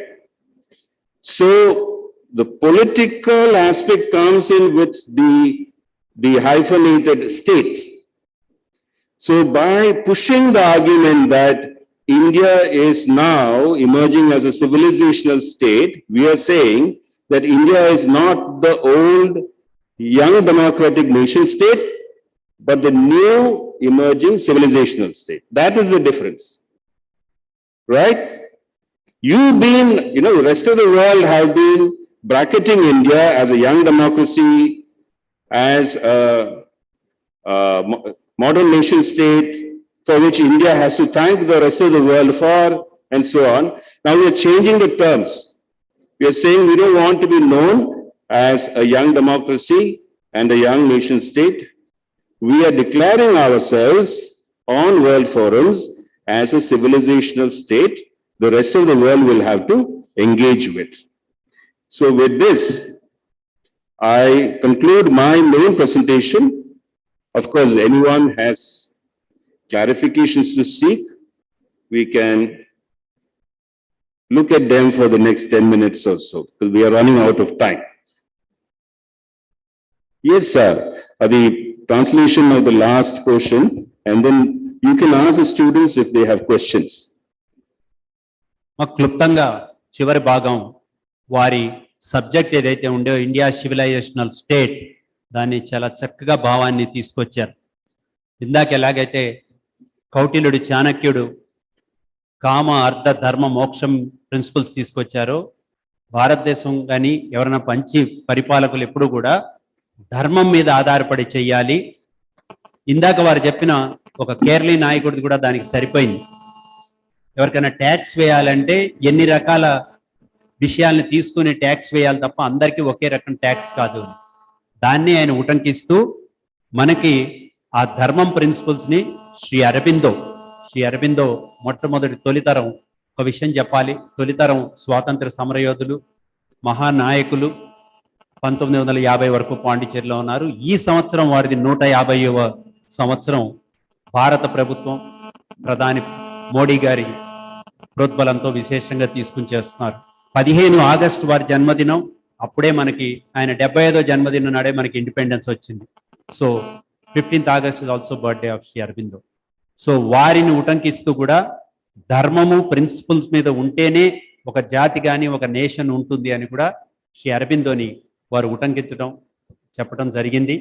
అది చెప్తూ ఇటీవల కాలంలో మనం 75 వయసు, ఇందాక మొదట్లోనే చెప్పారు ఆయన నాది 5000 వయసు అని, దాన్ని మళ్ళీ ఎంఫసైజ్ చేస్తూ మన ఫారెన్ మినిస్టర్ జయశంకర్ గారు గత నెల అమెరికా వాషింగ్టన్ వెళ్ళి వాళ్ళ పాలసీ, వాళ్ళ ఫారెన్ సెక్రటరీ వాళ్ళందరూ ఉండంగా చాలా చక్కని పాయింట్ చెప్పారు.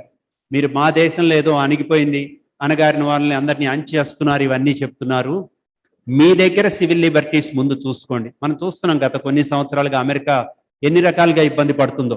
నల్ల జాతీయులు ఇప్పటికీ ఇబ్బంది పెట్టడం, అక్కడ నుంచి ఎవ్రీ మంత్ ఫైరింగ్ అని, షూట్అవుట్స్ ఇవన్నీ చూస్తున్నాం.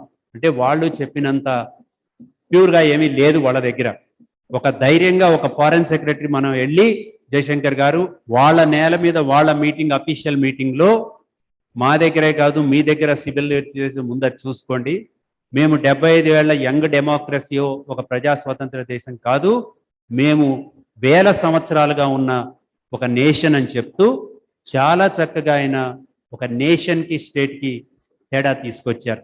నేషన్ అంటే ఒక జాగ్రాఫికల్, ఈ భూభాగం ఇందా చెప్పినట్టు Himalayas north, Indian ocean south, ఒక భూభాగం.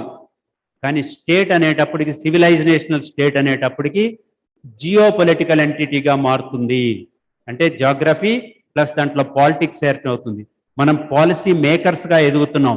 ఇది యుఎన్ఓలో ఒకప్పుడు మనం చేతులు కట్టు నుంచునే వాళ్ళం. యుఎన్ఓలో వేరే దేశాలన్నీ ఏవి చెప్తే, లేకపోతే 5 అగ్రరాజ్యాలు ఉన్నాయి వీటో పవర్తో, వాళ్ళు చెప్పిందే మనం వింటాం తప్ప భారతదేశానికి లేదని. మీరు ఒక్క విషయం గమనిస్తే 2015 జూన్ 21 నుంచి జూన్ 21 ఇంటర్నేషనల్ యోగా డే చేశారు. యోగా మన దేశం, మన ప్రాంతానికి చెందింది కాదు, అందరికీ ఆరోగ్యానికి అన్నిటికీ పనికొస్తుందని ప్రపంచం అంతా ఇది గుర్తించింది. అట్లా యుఎన్ఓలో కూడా మన విషయం మారిపోతుంది. జయశంకర్ గారు పోయిన నెల చెప్పిన దాంట్లో మనని ఒక జియో పొలిటికల్ ఎంటిటీగా ముందుకు తీసుకొచ్చారు అన్నారు. ఇప్పుడు వెళ్ళినప్పుడు నిన్న మొన్న చూస్తే కూడా ప్రైమ్ మినిస్టర్ మోడీ గారు యూరోపియన్ నేషన్స్ అన్ని కూడా ముందు నుంచి చెప్తున్నారు, ఇప్పుడు చెప్తున్నారు, మీరు కలగదేసుకుని ఈ రష్యా ఉక్రెయిన్ వార్ని ఆపాలి అని చెప్తున్నారు.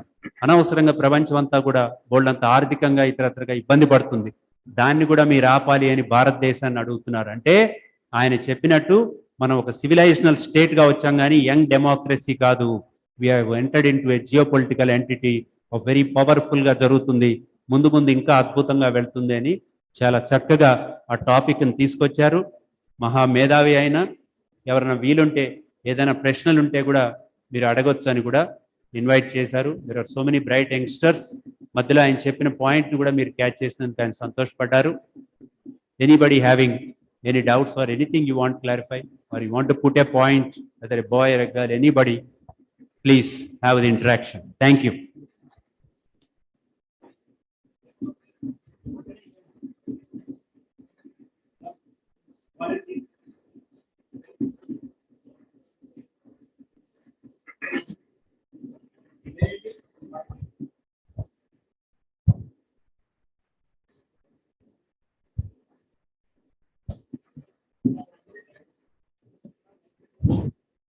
Very good morning, sir. Morning. And I wish you many more happy returns of the day, sir. And I call you as a Shankaracharya too, sir, because of you know the knowledge and you learn the knowledge. So Jayashankar sir is called Shankaracharya, I think so. Sir, my doubt is about what is the main role to develop the nation?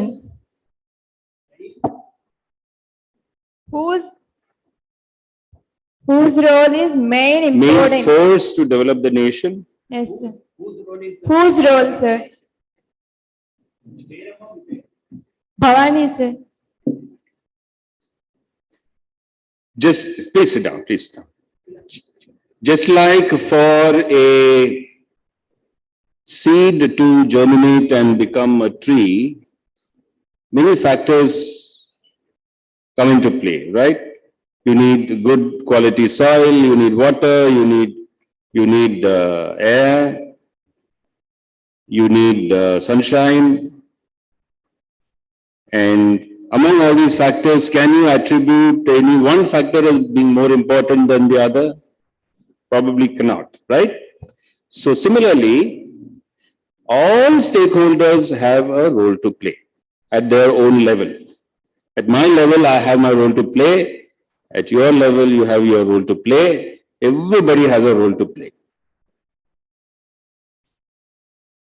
That is my answer. Everybody has a role to play. There is, okay, let me put it in another, let me rephrase the sentence or rephrase my answer in another form. there is nobody that is part of India who doesn't have a role to play in India's future, India's rebuilding, and so on. There is nobody who doesn't have a role to play. Sir, then why all says youngsters are the main role to develop the nation? Youngsters have a greater role, I think. Why do you think youngsters have a greater role? I also feel that relatively, there are many things that are relative, right? Nothing is absolute. So relatively, youngsters have a greater stake and a greater role to play. I will give my simple answer, but why, if you believe so, why do you think so? Do you believe so? Do you believe youngsters have a role to play? Sir, I thought youngsters are the 50% is for 100%, 50% is the main role for youngsters to develop the nation. But nowadays, lack of study, students can't learn their education. I think so, sir.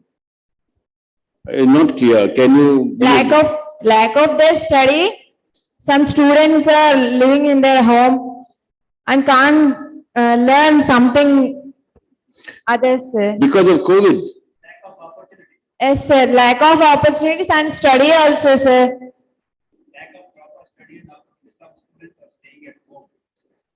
Okay, yeah.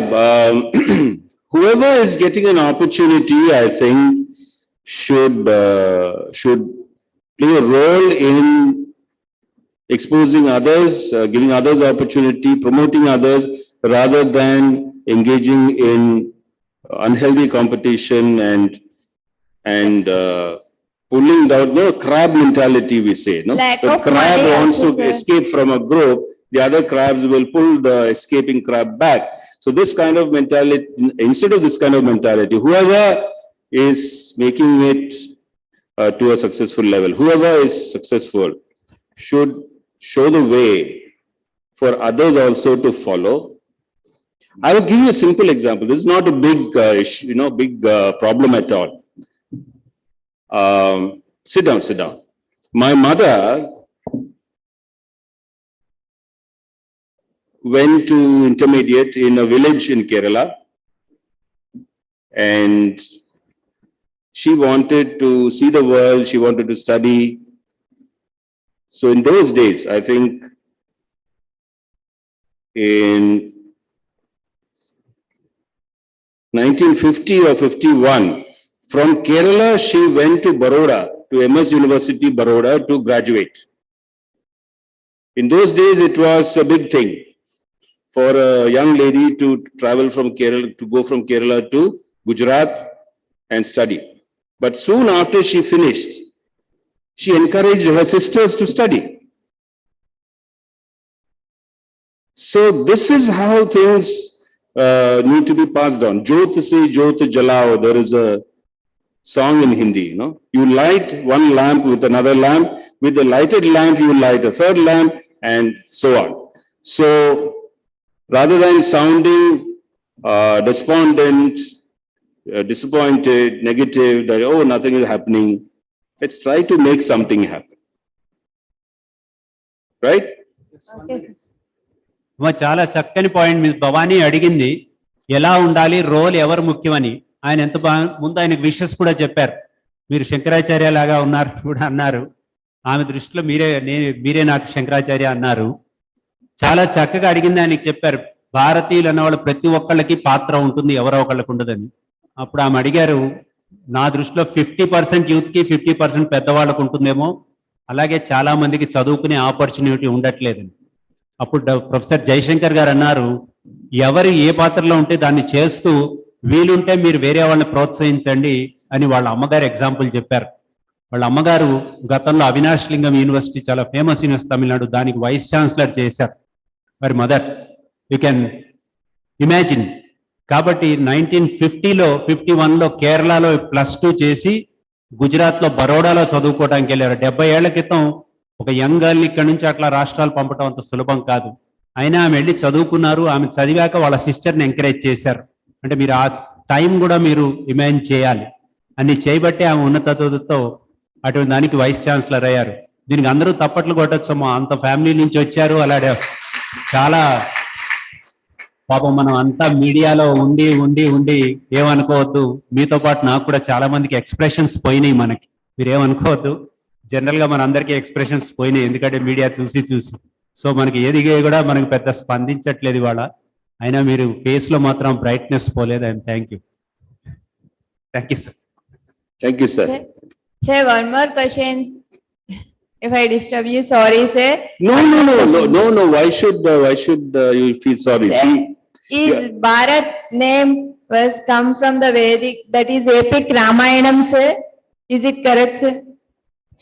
yes, the first reference we have exactly to the term Bharat is in the Rig Veda in Mandala 1. That is right in the beginning mandala. Rig Veda has 10 mandalas. What we call Rig Veda is in 10 major portions. In the very first portion of the Rig Veda, we have a reference to the word, we have the use of the word Bharata and a reference to this land. And the speaker of that shloka says, "No, I behold Bharata in front of me." Meaning, when I open my eyes, what I see is Bharata. So, first reference is in the Rig Veda, then we have various references in the Puranas. There is one in the Vishnu Purana, there is another reference in the Brahma Vaivartya Purana, and then we have references in more recent texts like Kautilya's Arthashastra and so on. The point is, in the earliest literature of this land, we have reference to the land of Bharata. That is what is important. I'm proud to be in Bharat, sir. Thank you very much to all. Very good.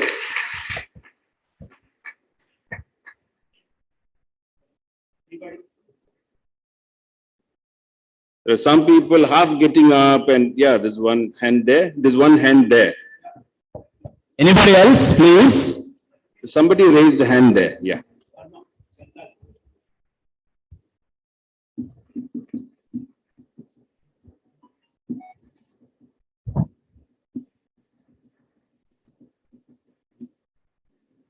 Prof, Yes. my name is Dinesh Sai Kumar. I am from Third BSc. My question to you is, India is still developing country. Not, Why? not audible. Why India is still developing country, but why not developed country? Is that all? Is that your question? Anything more? Yes, sir. Okay, sit down, I'll tell you. Again, interestingly, see, certain questions are like hitting the nail on the head, no? So your question is like that, hitting the nail on the head. So I will respond in this way. Again, after this US visit that I was referring to, Foreign Minister Jayashankar went to Europe just the next week. And for the first time, he told the world that due to colonial rule, $45 trillion have been taken away from India. Due to 1,000 years of colonial rule, mainly European rule, 200 years of British rule. Can you imagine what amount is indicated by $45 trillion? It's a large amount of money, you know. That is the scale of wealth that India lost. So this is the simple answer to your question. Why are we still only developing? Because when the rest of the Western world was developing, we were being continuously impoverished. Our wealth was being taken away. Our position was being weakened. Economic position was being weakened. Now we are beginning to stand on our own legs, And let's see how long it will take for us to gain political and economic confidence to the level of other so-called developed nations. It won't take long, I feel, because the first signs of that confidence we are already beginning to see. Sir. Because your translational intervention is, I think, helping. Many people are understanding. Thank you, sir. చాలా చక్కని ప్రశ్న అడిగాడు ఇతను youngster. Direct గా fitting nail అంటారు, అంటే ఏది అడగాలో మొహమాటం లేకుండా అడిగేయటం చక్కని ప్రశ్న అడిగారు. అతను అడిగారు, భారతదేశం ఇంకా ఎందుకని అభివృద్ధి చేసిన దేశంగా ఉంది, అభివృద్ధి అయిన దేశంగా లేదు అన్నారు. దానికి ప్రొఫెసర్ జయశంకర్ గారు చాలా ఆన్సర్ చాలా సులభమైంది. గత నెల జయశంకర్ అంటే వీరు కాదు, మన ఫారెన్ మినిస్టర్ ఎవరైతే ఉన్నారో వారు అమెరికా నుంచి యూరోపియన్ యూనియన్కి వెళ్ళినప్పుడు అక్కడ చెప్పారు, 1000 సంవత్సరాల పరాయి పాలనలో $45 ట్రిలియన్, మనకి ఈ మధ్య కాలంలో 1,00,000 కోట్లు అంటే చాలా ఎక్కువగా ఉంటుంది. అంటే ప్రభుత్వాలు అప్పులు తేవడం అన్ని వస్తున్నాయి మీడియాలో. 1,00,000 కోట్లు కాకుండా కోటి కోట్లు అనమాట, $45 ట్రిలియన్ ని తీసుకెళ్లిపోయారు పరాయి దేశం. 1000 సంవత్సరాలు పరాయి పాలన అంటే మామూలు కాదు. 950 సంవత్సరం నుంచి 1947 దాకా అంత సంపదని తీసుకెళ్లిపోయారు అన్ని దేశాలు. కాబట్టి మనం ఇలా ఉన్నాము. అయినా అతి త్వరలో భారతదేశం ఆల్రెడీ పెరుగుతుంది, ఇంకా గొప్పదవుతుందన్నారు. ఇప్పుడు ఒక్క విషయం మీరు ఇవాళ చూస్తే ప్రపంచవ్యాప్తంగా 50% ఆల్మోస్ట్ టాప్ కంపెనీస్ కానీ చాలా దేశాల్లో మన వాళ్ళు పదవుల్లోకి వచ్చారు. 50% పెద్ద top companies in the world అన్ని కూడా మన వాళ్ళు సిఇఓస్ టాప్ పొజిషన్స్ లో ఉన్నారు, just by words of knowledge. First లో చంద్రశేఖర్ గారు, డాక్టర్ రామరాజు గారు చెప్పినట్టు ఆ యూనివర్సిటీ ఇన్ డైవర్సిటీ, కాబట్టి ఆ యూనిటీ ఇన్ డైవర్సిటీ, అదే నాలెడ్జ్ మనని రూల్ చేస్తుంది. భారతీయ మేధో సంపత్తి వాళ్ళ ప్రపంచం అంతా కూడా రూల్ చేస్తుంది అనేది మీరు గుర్తుపెట్టుకోవాలి. ఆయన చాలా చక్కగా పాజిటివ్ గా చెప్పారు, త్వరలోనే మనం ఇవన్నీ కూడా అధిగమిస్తామని. Thank you sir.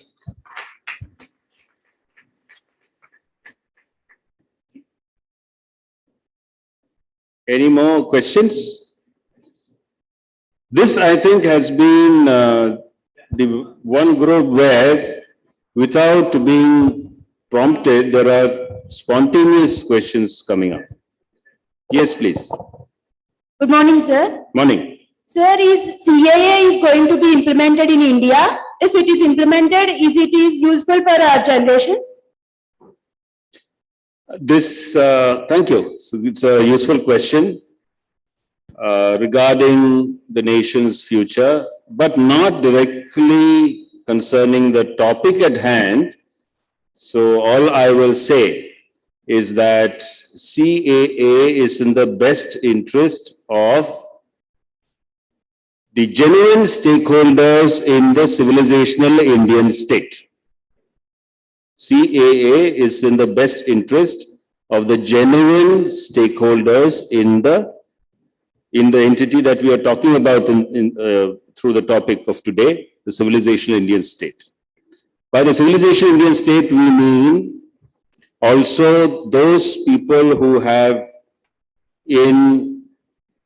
at points of time in history dispersed from the mainland of India to neighboring places, like the Hindus and Sikhs who went to Afghanistan, settled there, and so on, people like that. So if they are being granted an opportunity to become active participants in the future of the civilization Indian state, there can be nothing better than that. So it is good for your generation and the generations that will follow. It is good. Have I answered your question? Yes, sir. Thank you. Thank you, sir. Any more questions?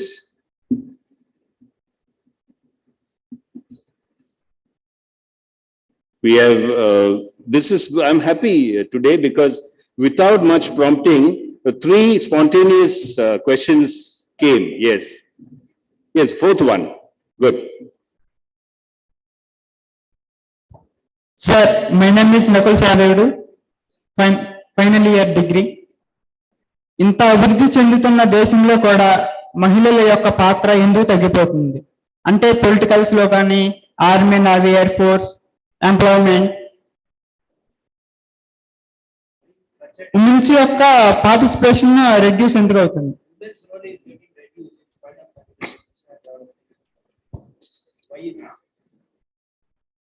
You feel women's role is getting reduced? Yes, sir. Well, that could be an opinion. There could be other opinions that it is not getting reduced, you see. అంటే అభివృద్ధి చాలా దేశాలతో పోలిస్తే మన కంట్రీలో ఎందుకు తగ్గిపోతుంది?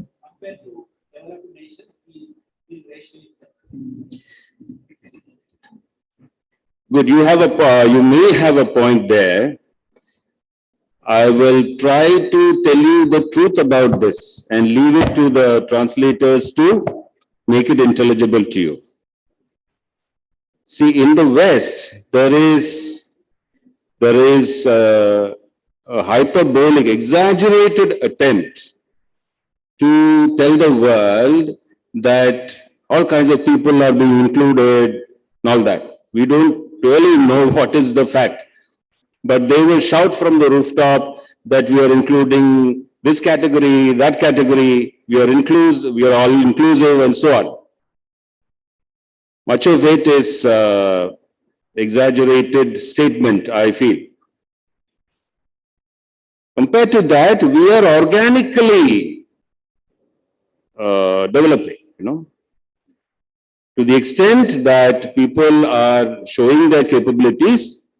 We are not excluding anyone, including the women, certainly not the women. I don't think there is any attempt in the recent times to deliberately exclude women from the nation's future. But it is happening at a natural pace, not at an accelerated and exaggerated pace like what happens in the West. That is the only difference. And we are not shouting from the rooftop, whereas they are. I don't know if it is being understood by you. They are not shouting we are not shouting from the rooftop, whereas they may be, shouting from the rooftop about their inclusivity. మరి రెండు చాలా చక్కగా చెప్పారు ఆయన. అతను అడిగింది ఏంటంటే ఇంత అభివృద్ధి దేశాలు చూస్తే మనం చాలా తక్కువగా ఉంటుంది ఉమెన్స్ రోల్ అని. కానీ ఇప్పుడే ప్రిన్సిపల్ గారు కూడా చెప్తున్నారు, మీరు రేషియో కానీ అన్ని రంగాల్లో తీసుకుంటే ఇంక్లూడింగ్ ఆర్మ్డ్ ఫోర్సెస్ అన్నిట్లో కూడా పెరుగుతుంది. అంటే మన జనాభాకి తగ్గినట్టుగా లేకపోవచ్చు కానీ ఉమెన్స్ రోల్ పెరుగుతుంది. ప్రొఫెసర్ జయశంకర్ గారు చాలా చక్కని పాయింట్ ఒకటి వాడారు, ఆర్గానికలీ అంటే అవసరార్థం వాళ్ళ రోల్స్ ప్రతి చోట పెరుగుతుంది అని చెప్పారు. It is out of necessity everywhere it is growing. ఒక్క ఉదాహరణ చెప్తాను. 25-30 ఏళ్ల క్రితం మనం ఇస్రో కానీ ఇవన్నీ మన శాటిలైట్స్ ఇవన్నీ ఎక్కడో ఉండేది భారతదేశం అంటే, అన్ని 190 దేశాలు తీసుకుంటాం. గత కొన్ని సంవత్సరాలుగా టాప్ 3 పొజిషన్స్ లోకి వచ్చేసాం. అన్ని అవర్ సెల్ఫ్ నాలెడ్జ్. ఇవాళ ఏదైనా శాటిలైట్స్ కానీ ఇవి కానీ ఎగరేసినప్పుడు చూస్తే ఇదివరకు అంతా మెన్ సైంటిస్ట్ ఉండేవాళ్ళు. ఇవాళ 40-50% ఆ ఫొటోస్ అన్నిట్లో ఉమెన్ సైంటిస్ట్ ఉంటున్నారు. ఎక్కడ మీద వస్తుందో ఆటోమేటిక్గా వస్తుంది, దానికి జరిగేదే ఉంది. That is what is set by organical growth. అవసరం ఉన్న చోట అన్ని చోట్ల కూడా అన్ని రంగాల్లో ఇవాళ చూడండి సిఇఓస్ ఎన్ని కంపెనీస్ లోకి వచ్చేస్తున్నారు, youngsters, self entrepreneurs, startups. So it is అంటూ మీ జనరేషన్స్ వచ్చేటప్పుడు కూడా ఇంకా వృద్ధి చెందుతుంది, తప్పకుండా పెరుగుతుందని చెప్పారు. Thank you. Thank you sir. Any other questions?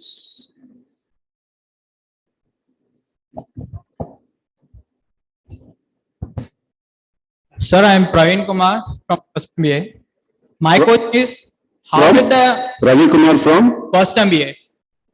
My question is, how did the Indians ancient civilized state impact the present world? How did ancient civilization impact the present world? Thank you. Sit down. Sit down. Till 200 years ago, let us not even talk of very ancient India. Till 200 to 400 years ago, India had the largest GDP in the world.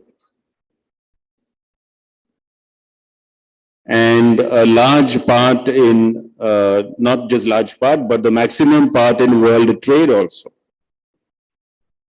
So economically, India of the past had a major influence on all parts of the rest of the world. Then at the level of ideas, apart from commerce and economy, at the level of ideas, just one example will do. All of you must have heard that recently, 2 months ago, the government of India has completed the basic infrastructure work of the revived Nalanda University. Don't know if you've heard. Nalanda University was destroyed in 1193. Okay. After that, there was no Nalanda. So about 1,000 years later, now we have rebuilt the university and we are going to make it functional. Now, in the old ancient Nalanda University, it is said, people came from as far as Japan, Korea and so on, China, Mongolia, even Siberia. People came from Siberia and Russia to study in Nalanda.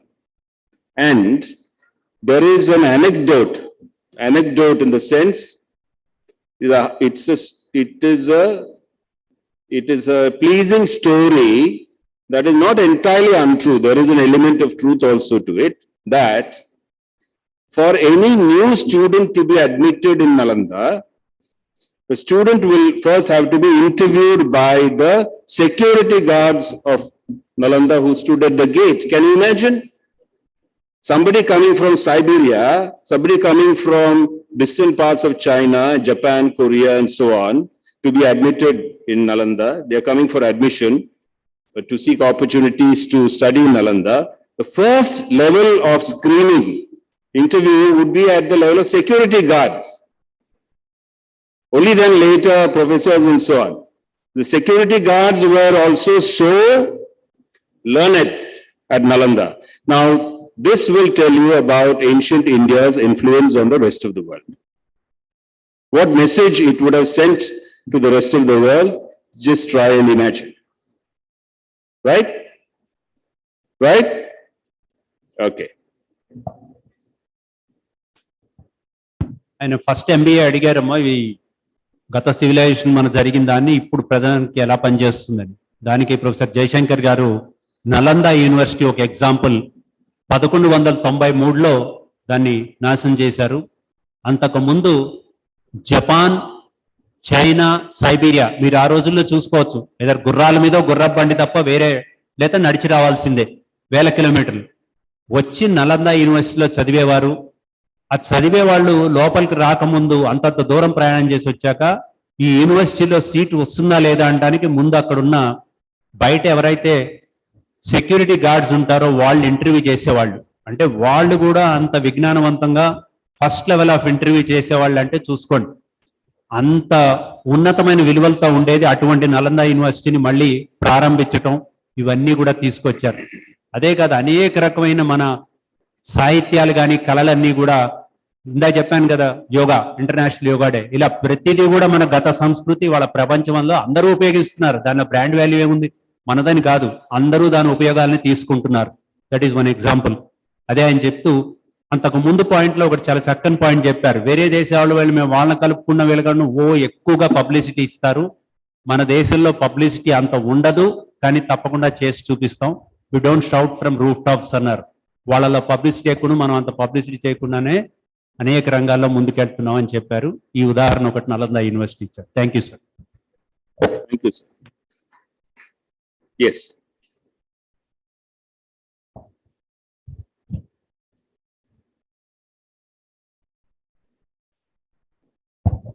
Good afternoon, sir. Good afternoon.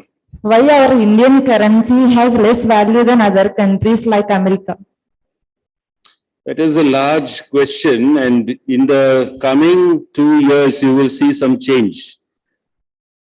By the way, even as I am answering your question in my own way, I should humbly submit before you that finance and monetary matters are not my forte, not my strength. But from a commoner's point of view, I will like to respond to your question by saying that in the aftermath of the Ukraine-Russian conflict in particular, and the leverage that will be gained by the Russian ruble for international trade, as currency for international trade, and so on, things are bound to change. There was a system in place which gave unfair advantage to Western currency, especially the dollar. Now those hegemonies are being challenged. So you will see a change in all this in the coming years and decades. Okay? Thank you, sir. Thank you. Thank you.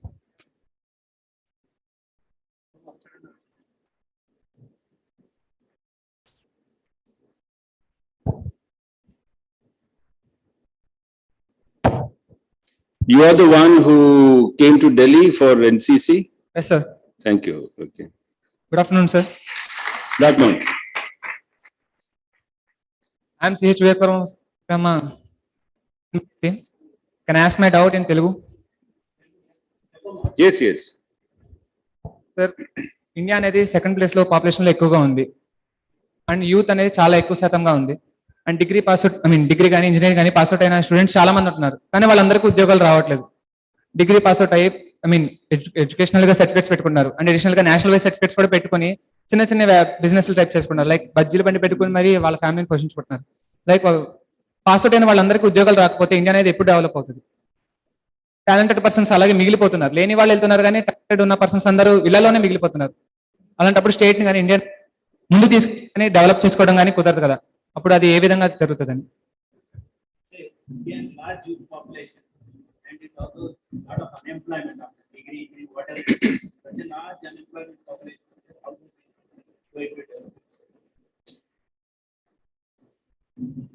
See, that is why alongside if you will allow me to answer your question from the role I have been asked to play. Okay? It can be generally answered, but from my own role for the government of India, I would like to answer in a particular, please sit down. Yeah. I would like to answer in this manner, that it is only considering the concern that you have raised, which is indeed a large concern, that certain aspects have been tweaked in the new education policy, making it possible for youth to become more employable rather than mere degree holders, more employable. I hope you're getting the term, more employable rather than mere degree holders on paper. So that is one direction in which we are moving, but I'd like to say that we need more and more interactions like this for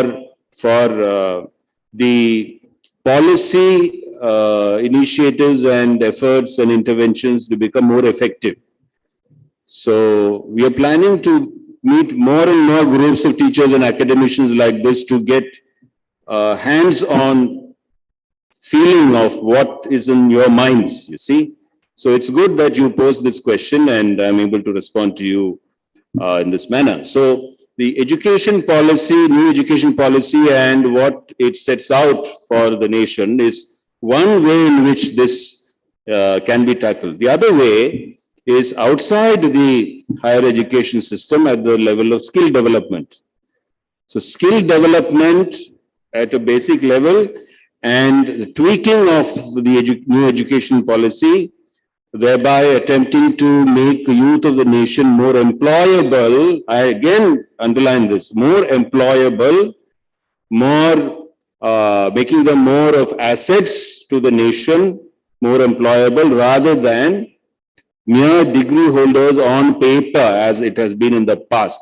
That is a definite policy intervention that the current government is doing.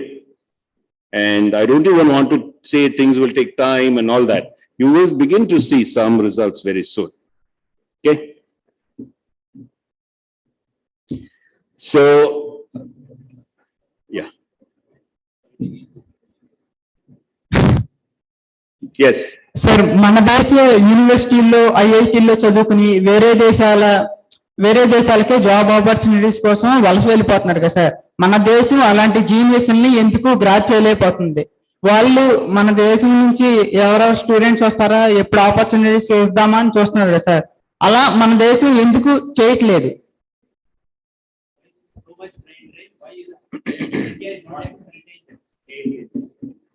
మన education standards ఎప్పుడు మెరుగుపడతాయి? ఇతర దేశాలతో ఎప్పుడు competition ఇవ్వగలుగుతాయి? See, yeah, thank you. Sit down. I think the main reason for that is so far in independent India, since 1947 onwards, till recent times, a lot of job opportunities were, especially before 1991, a lot of job opportunities were in the public sector. Private sector was only emerging then. It is still only, even today, only consolidating itself more and more. So the government sector, public sector has a way of functioning that really puts off creative, intelligent minds. Plus the monetary aspect. So these are all very easy for us to see, better working conditions abroad in certain places, better money. So just without thinking, you just leave, leading to brain drain. But things are beginning to change. People are coming back. People who were abroad are coming back to do their own startups. I'll give you one example. I have a friend in the city I live in. I live in Coimbatore in Tamil Nadu, and I buy all my provisions, all that I require for my kitchen, like grains and vegetables and oils and so on, from an organic farmer. Now this farmer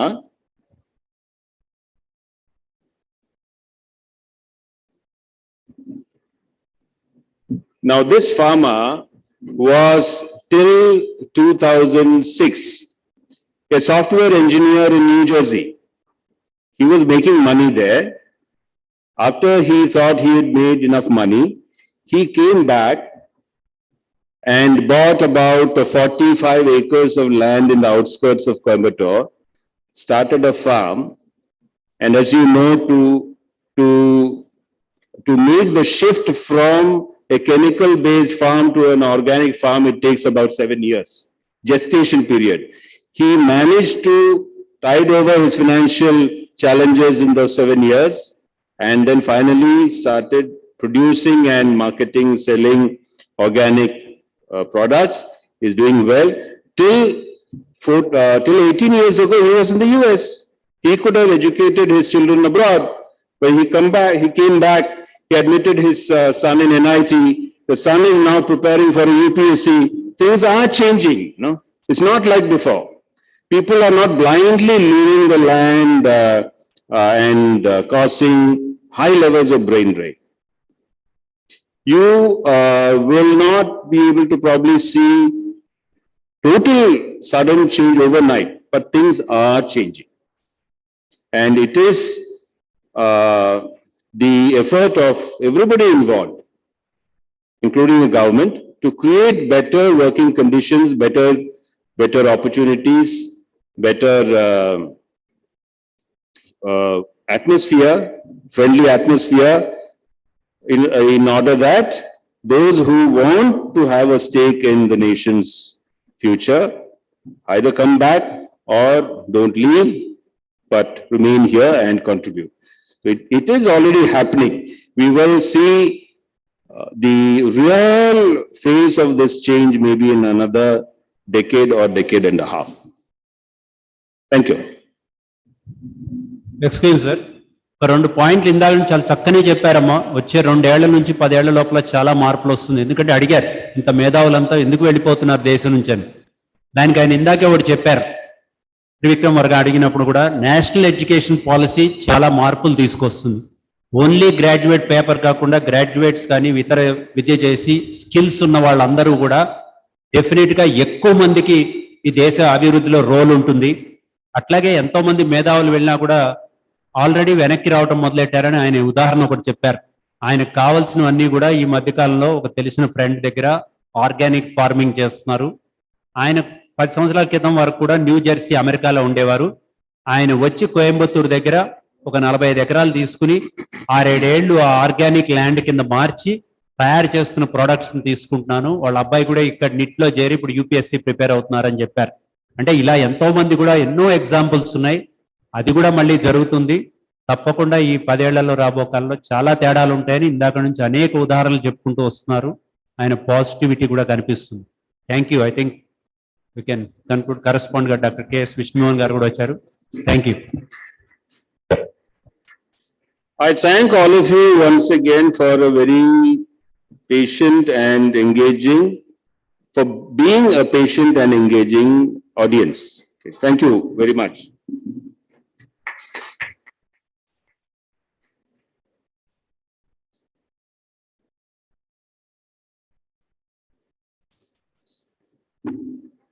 చిన్న మనం వారికి ఒక సత్కారం అన్నా, దాని ముందు వారికి వారి మీద ఒక పంచకం రాశాను. శుద్ధ వైశాఖ శుద్ధ పంచమి. సార్ కమ్యూనిటీ కూర్చోండి సార్. వైశాఖ శుద్ధ పంచమి కాబట్టి 5 శ్లోకాలు రాయడం జరిగింది. ఆ పదాలు మీరు జాగ్రత్తగా వింటే తర్వాత తీరిగ్గా వాటిని ఆలోచించండి, స్టడీ చేయండి, చాలా ఉపయోగపడతాయి. అదొక విషయం. తర్వాత మనం 3 రోజుల నుంచి అబ్జర్వ్ చేస్తుంటే మన పిల్లలు ఇంగ్లీష్లో కావాల్సినంత exposure, basic grammar, spoken English చాలా వీక్గా ఉన్నారు. దీనికి నాకు అనిపిస్తుంది కరస్పాండెంట్ గారితో, ప్రిన్సిపల్ గారితో, సెక్రటరీ గారితో మాట్లాడి మనం కాలేజీ యూట్యూబ్ ఛానల్ ద్వారానే spoken English and basic grammar ఒక కోర్సు లాగా స్టార్ట్ చేస్తే బాగుంటుందేమో అనిపిస్తుంది. ఎందుకంటే ఇది ఆదిశంకర భగవత్పాదుల వారి జయంతి రోజు కాబట్టి ఇలాంటి రోజున మంచి నిర్ణయాలు తీసుకోవడం ఉత్తమం. సంస్థకి, వ్యక్తికి, సమాజానికి, దేశానికి కూడా. ఒక చిన్న అనౌన్స్మెంట్ దానికి ముందు ఇక్కడ సాయంత్రం 6 గంటలకి దత్తాశ్రమంలో శంకర జయంతి వేడుకలు ఘనంగా వేరే వారు ఎవరు నిర్వహిస్తున్నారు. మెసేజ్ వచ్చింది వారికి. సార్ అక్కడ ఉపన్యాసం ఇస్తారు జయశంకర్ గారు. ఎవరైనా దగ్గరలో ఉన్నవాళ్ళు, వినాలని ఉన్నవాళ్ళు, ఆదిశంకర్ల జీవితము, అర్థము, పరమార్థము, 32 సంవత్సరాలకి ఆయన అంతటి అచీవ్మెంట్స్ ఎలా చేశారు, వారి బ్రెయిన్ ఎలా తయారైంది, ఆ బ్రెయిన్ లో ఉన్న ఇన్నర్ ఎనర్జీస్ ని ఎలాగా అవేకం చేయాలి, మేలుకొల్పాలి అనేటువంటివి తెలుసుకోవాలనే ఇంట్రెస్ట్ ఉన్నవారు, అందుబాటులో దగ్గరలో ఏరియాలో ఉన్నవారు మీరు రావచ్చు. ఇది వారి తరఫున మీకు చిన్న ఇన్విటేషన్. ఇప్పుడు వారు గురించి రాసినట్టు సన్మానం చేసే ముందు జస్ట్ చదివి వినిపిస్తానమ్మా.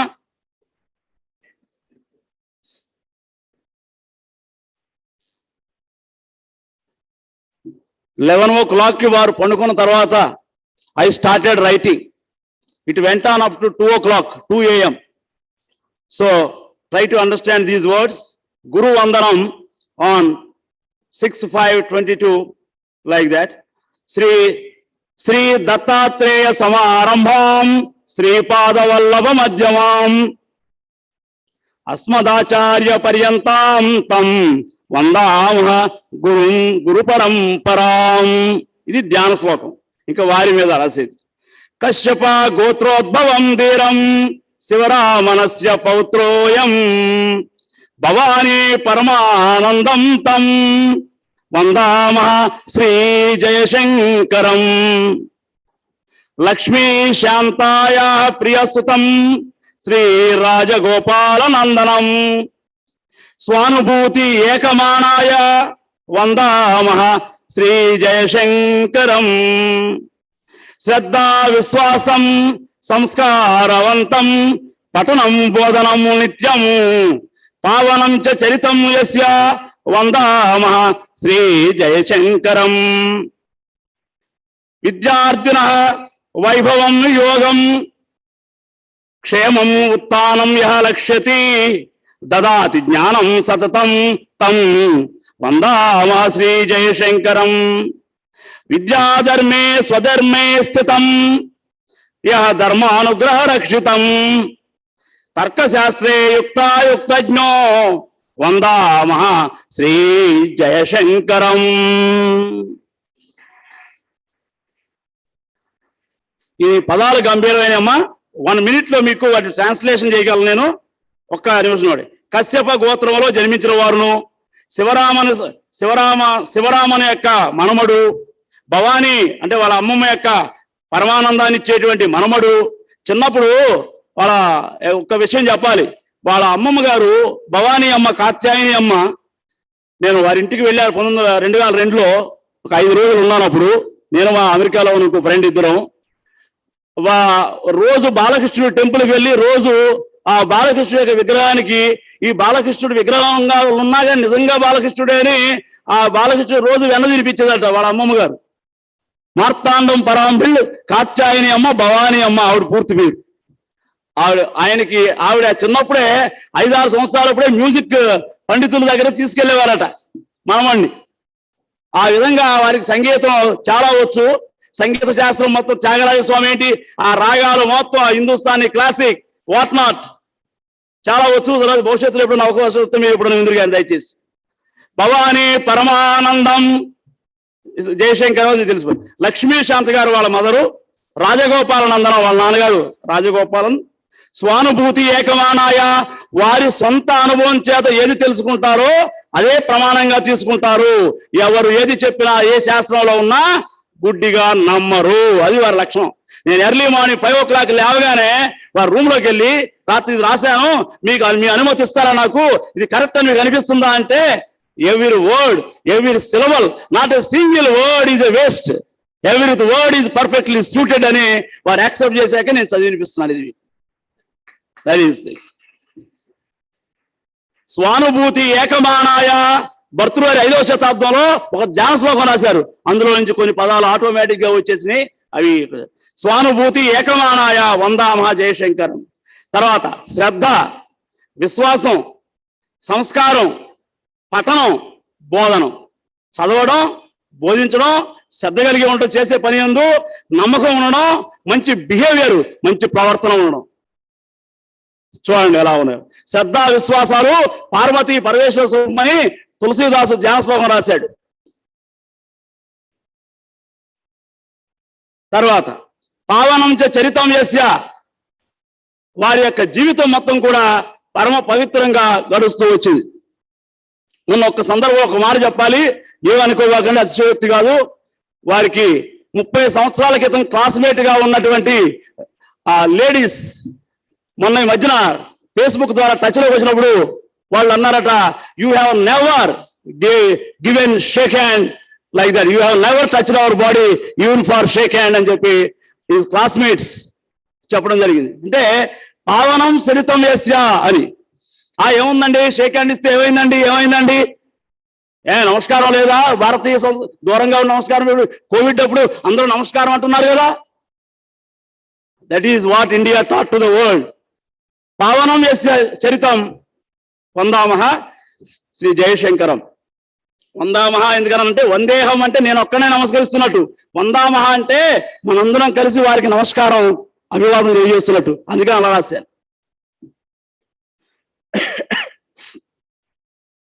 విద్యార్థిన వైభవం, విద్యార్థుల యొక్క ఉచ్చ స్థితి మాత్రమే వారు ఎప్పుడూ కోరుకుంటారు. యోగం, వాళ్ళకి మంచి యోగం సిద్ధించాలి. క్షేమం, వాళ్ళు ఎప్పుడూ క్షేమంగా ఉండాలి. ఉత్థానం, మహోన్నతమైన స్థితికి వెళ్ళాలి. లక్ష్యతి, వారి లక్ష్యమే అది. దదాతి జ్ఞానం సతతం, వారికి ఉన్న జ్ఞానాన్ని ఎప్పుడు పంచుతూనే ఉంటారు. అలాంటి మీకు నమస్కరిస్తున్నాము అని చెప్తున్నాం. విద్యాధర్మే, విద్య యొక్క ధర్మం ద్వారా స్వధర్మే స్థితం, నీ ధర్మాన్ని, నీ స్వతహాగా నీ శరీరం మనసుకున్న ధర్మాన్ని విడనాడకుండా అన్ని ధర్మాల యొక్క సారాన్ని జీర్ణం చేసుకుని దాన్ని సమాజానికి అభివృద్ధి కోసం మీరు ఉపయోగిస్తున్నారు. స్థితం, అందులో స్థిరంగా ఉన్నారు. ధర్మానుగ్రహ రక్షితం, నీ ధర్మమే నిన్ను కాపాడుతుంది. ధర్మో రక్షతి రక్షిత. తర్కశాస్త్రే యుక్తాయుక్తజ్ఞం, ఒక విషయాన్ని తర్కించినప్పుడు ఈ స్టేట్మెంట్ రైటా రాంగా, ఈ సిద్ధాంతం రైటా రాంగా అనే దానికి కొలమానం స్టాండర్డ్ ఏంటి అంటే, ఆ జ్ఞానంలో ఆయన తర్కశాస్త్రం అమోఘమైంది. అది నాకు బాగా తెలుసు కాబట్టి రాశాను. వందామహ శ్రీ జయశంకరం. ఇది నాయన అంటే మీరు బాగా చదువుకోవాలని నీ కోరికుంటే ఎన్ని భాషలైనా నేర్చుకోవచ్చు. మీకు మీ శక్తి సామర్థ్యాలు అమోఘంగా ఉంటాయి. ఇంత అంత కాదు. ఎంత ఉందంటే గడ్డి పరకలో ఉన్నటువంటి ఎనర్జీయే హ్యూమన్ బీయింగ్స్ లో ఉంది, యానిమల్స్ లో ఉంది, దేవతల్లో ఉంది. పిపీలి కాదు, బ్రహ్మ పర్యంతము శక్తి అంతా సమానంగా ఉంది. ప్రాబ్లం ఏంటంటే మనం మన శక్తిని తెలుసుకోవటం లేదు, ఉపయోగించటం లేదు అన్నారు. So there we stop here. ఇప్పుడు దాకా విన్నందుకు మీ అందరికి ధన్యవాదాలు తెలియజేస్తూ వారికి సన్మానం చేసినప్పుడు అందరూ లేచి నిలబడి స్టాండింగ్ ఓవేషన్ చేద్దాము. దయచేసి నిలబడండి దయచేసి.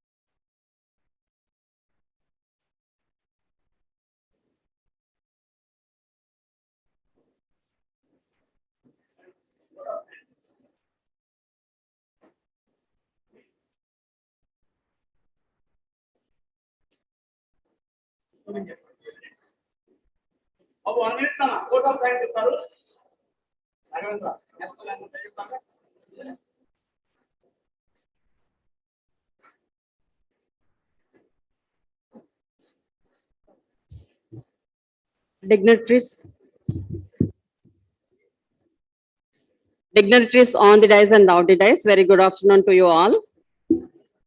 My sincere thanks to Professor Jayashankar Rajagopalam garu, who blessed us with his presence and also for his valuable words.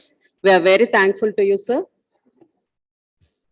And I would like to thank Dr. K.S. Vishnumohan garu, correspondent, C.R. Reddy College, for his support and encouragement. And I also thank Principal Dr. K.A. Ramaraj garu, C.R. Reddy College, for his encouragement. And I would like to thank P.C. Swarup garu, retired HOD, Department of Geology, for his presence. And I also thank R. Keswa garu, HOD, Department of Economics. And I would like to thank K.S. Chandrasekhar garu, HOD, Department of English, the person behind this 3 days program, the key person. And I also thank N. Srinivas Rao garu, HOD, Department of Politics. And I also thank non-teaching staff for their technical support. And I also thank M. Naveen Kumar garu, lecturer in geology and also NCC officer. And I also thank media, print and electronic media.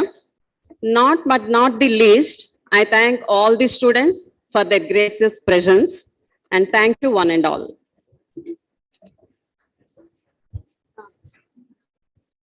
Now I request you all of you stand for national anthem.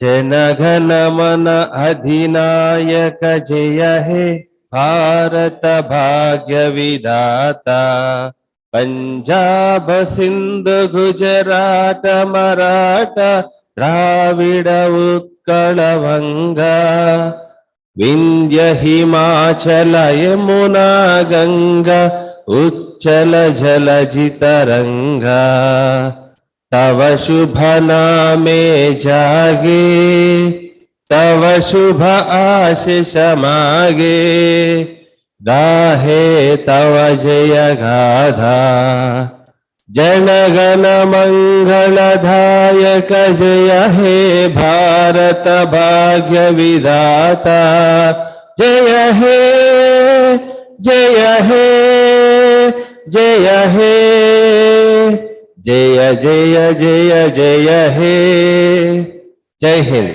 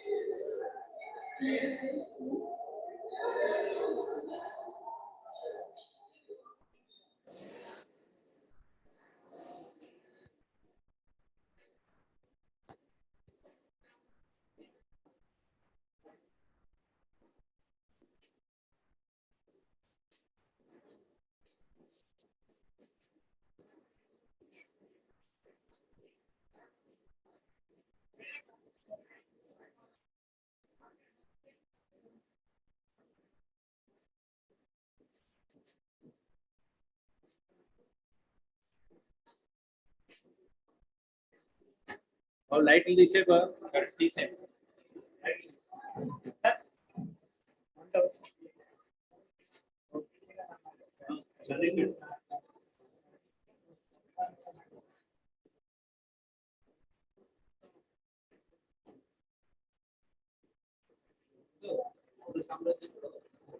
ఆయన mount చేశాడు.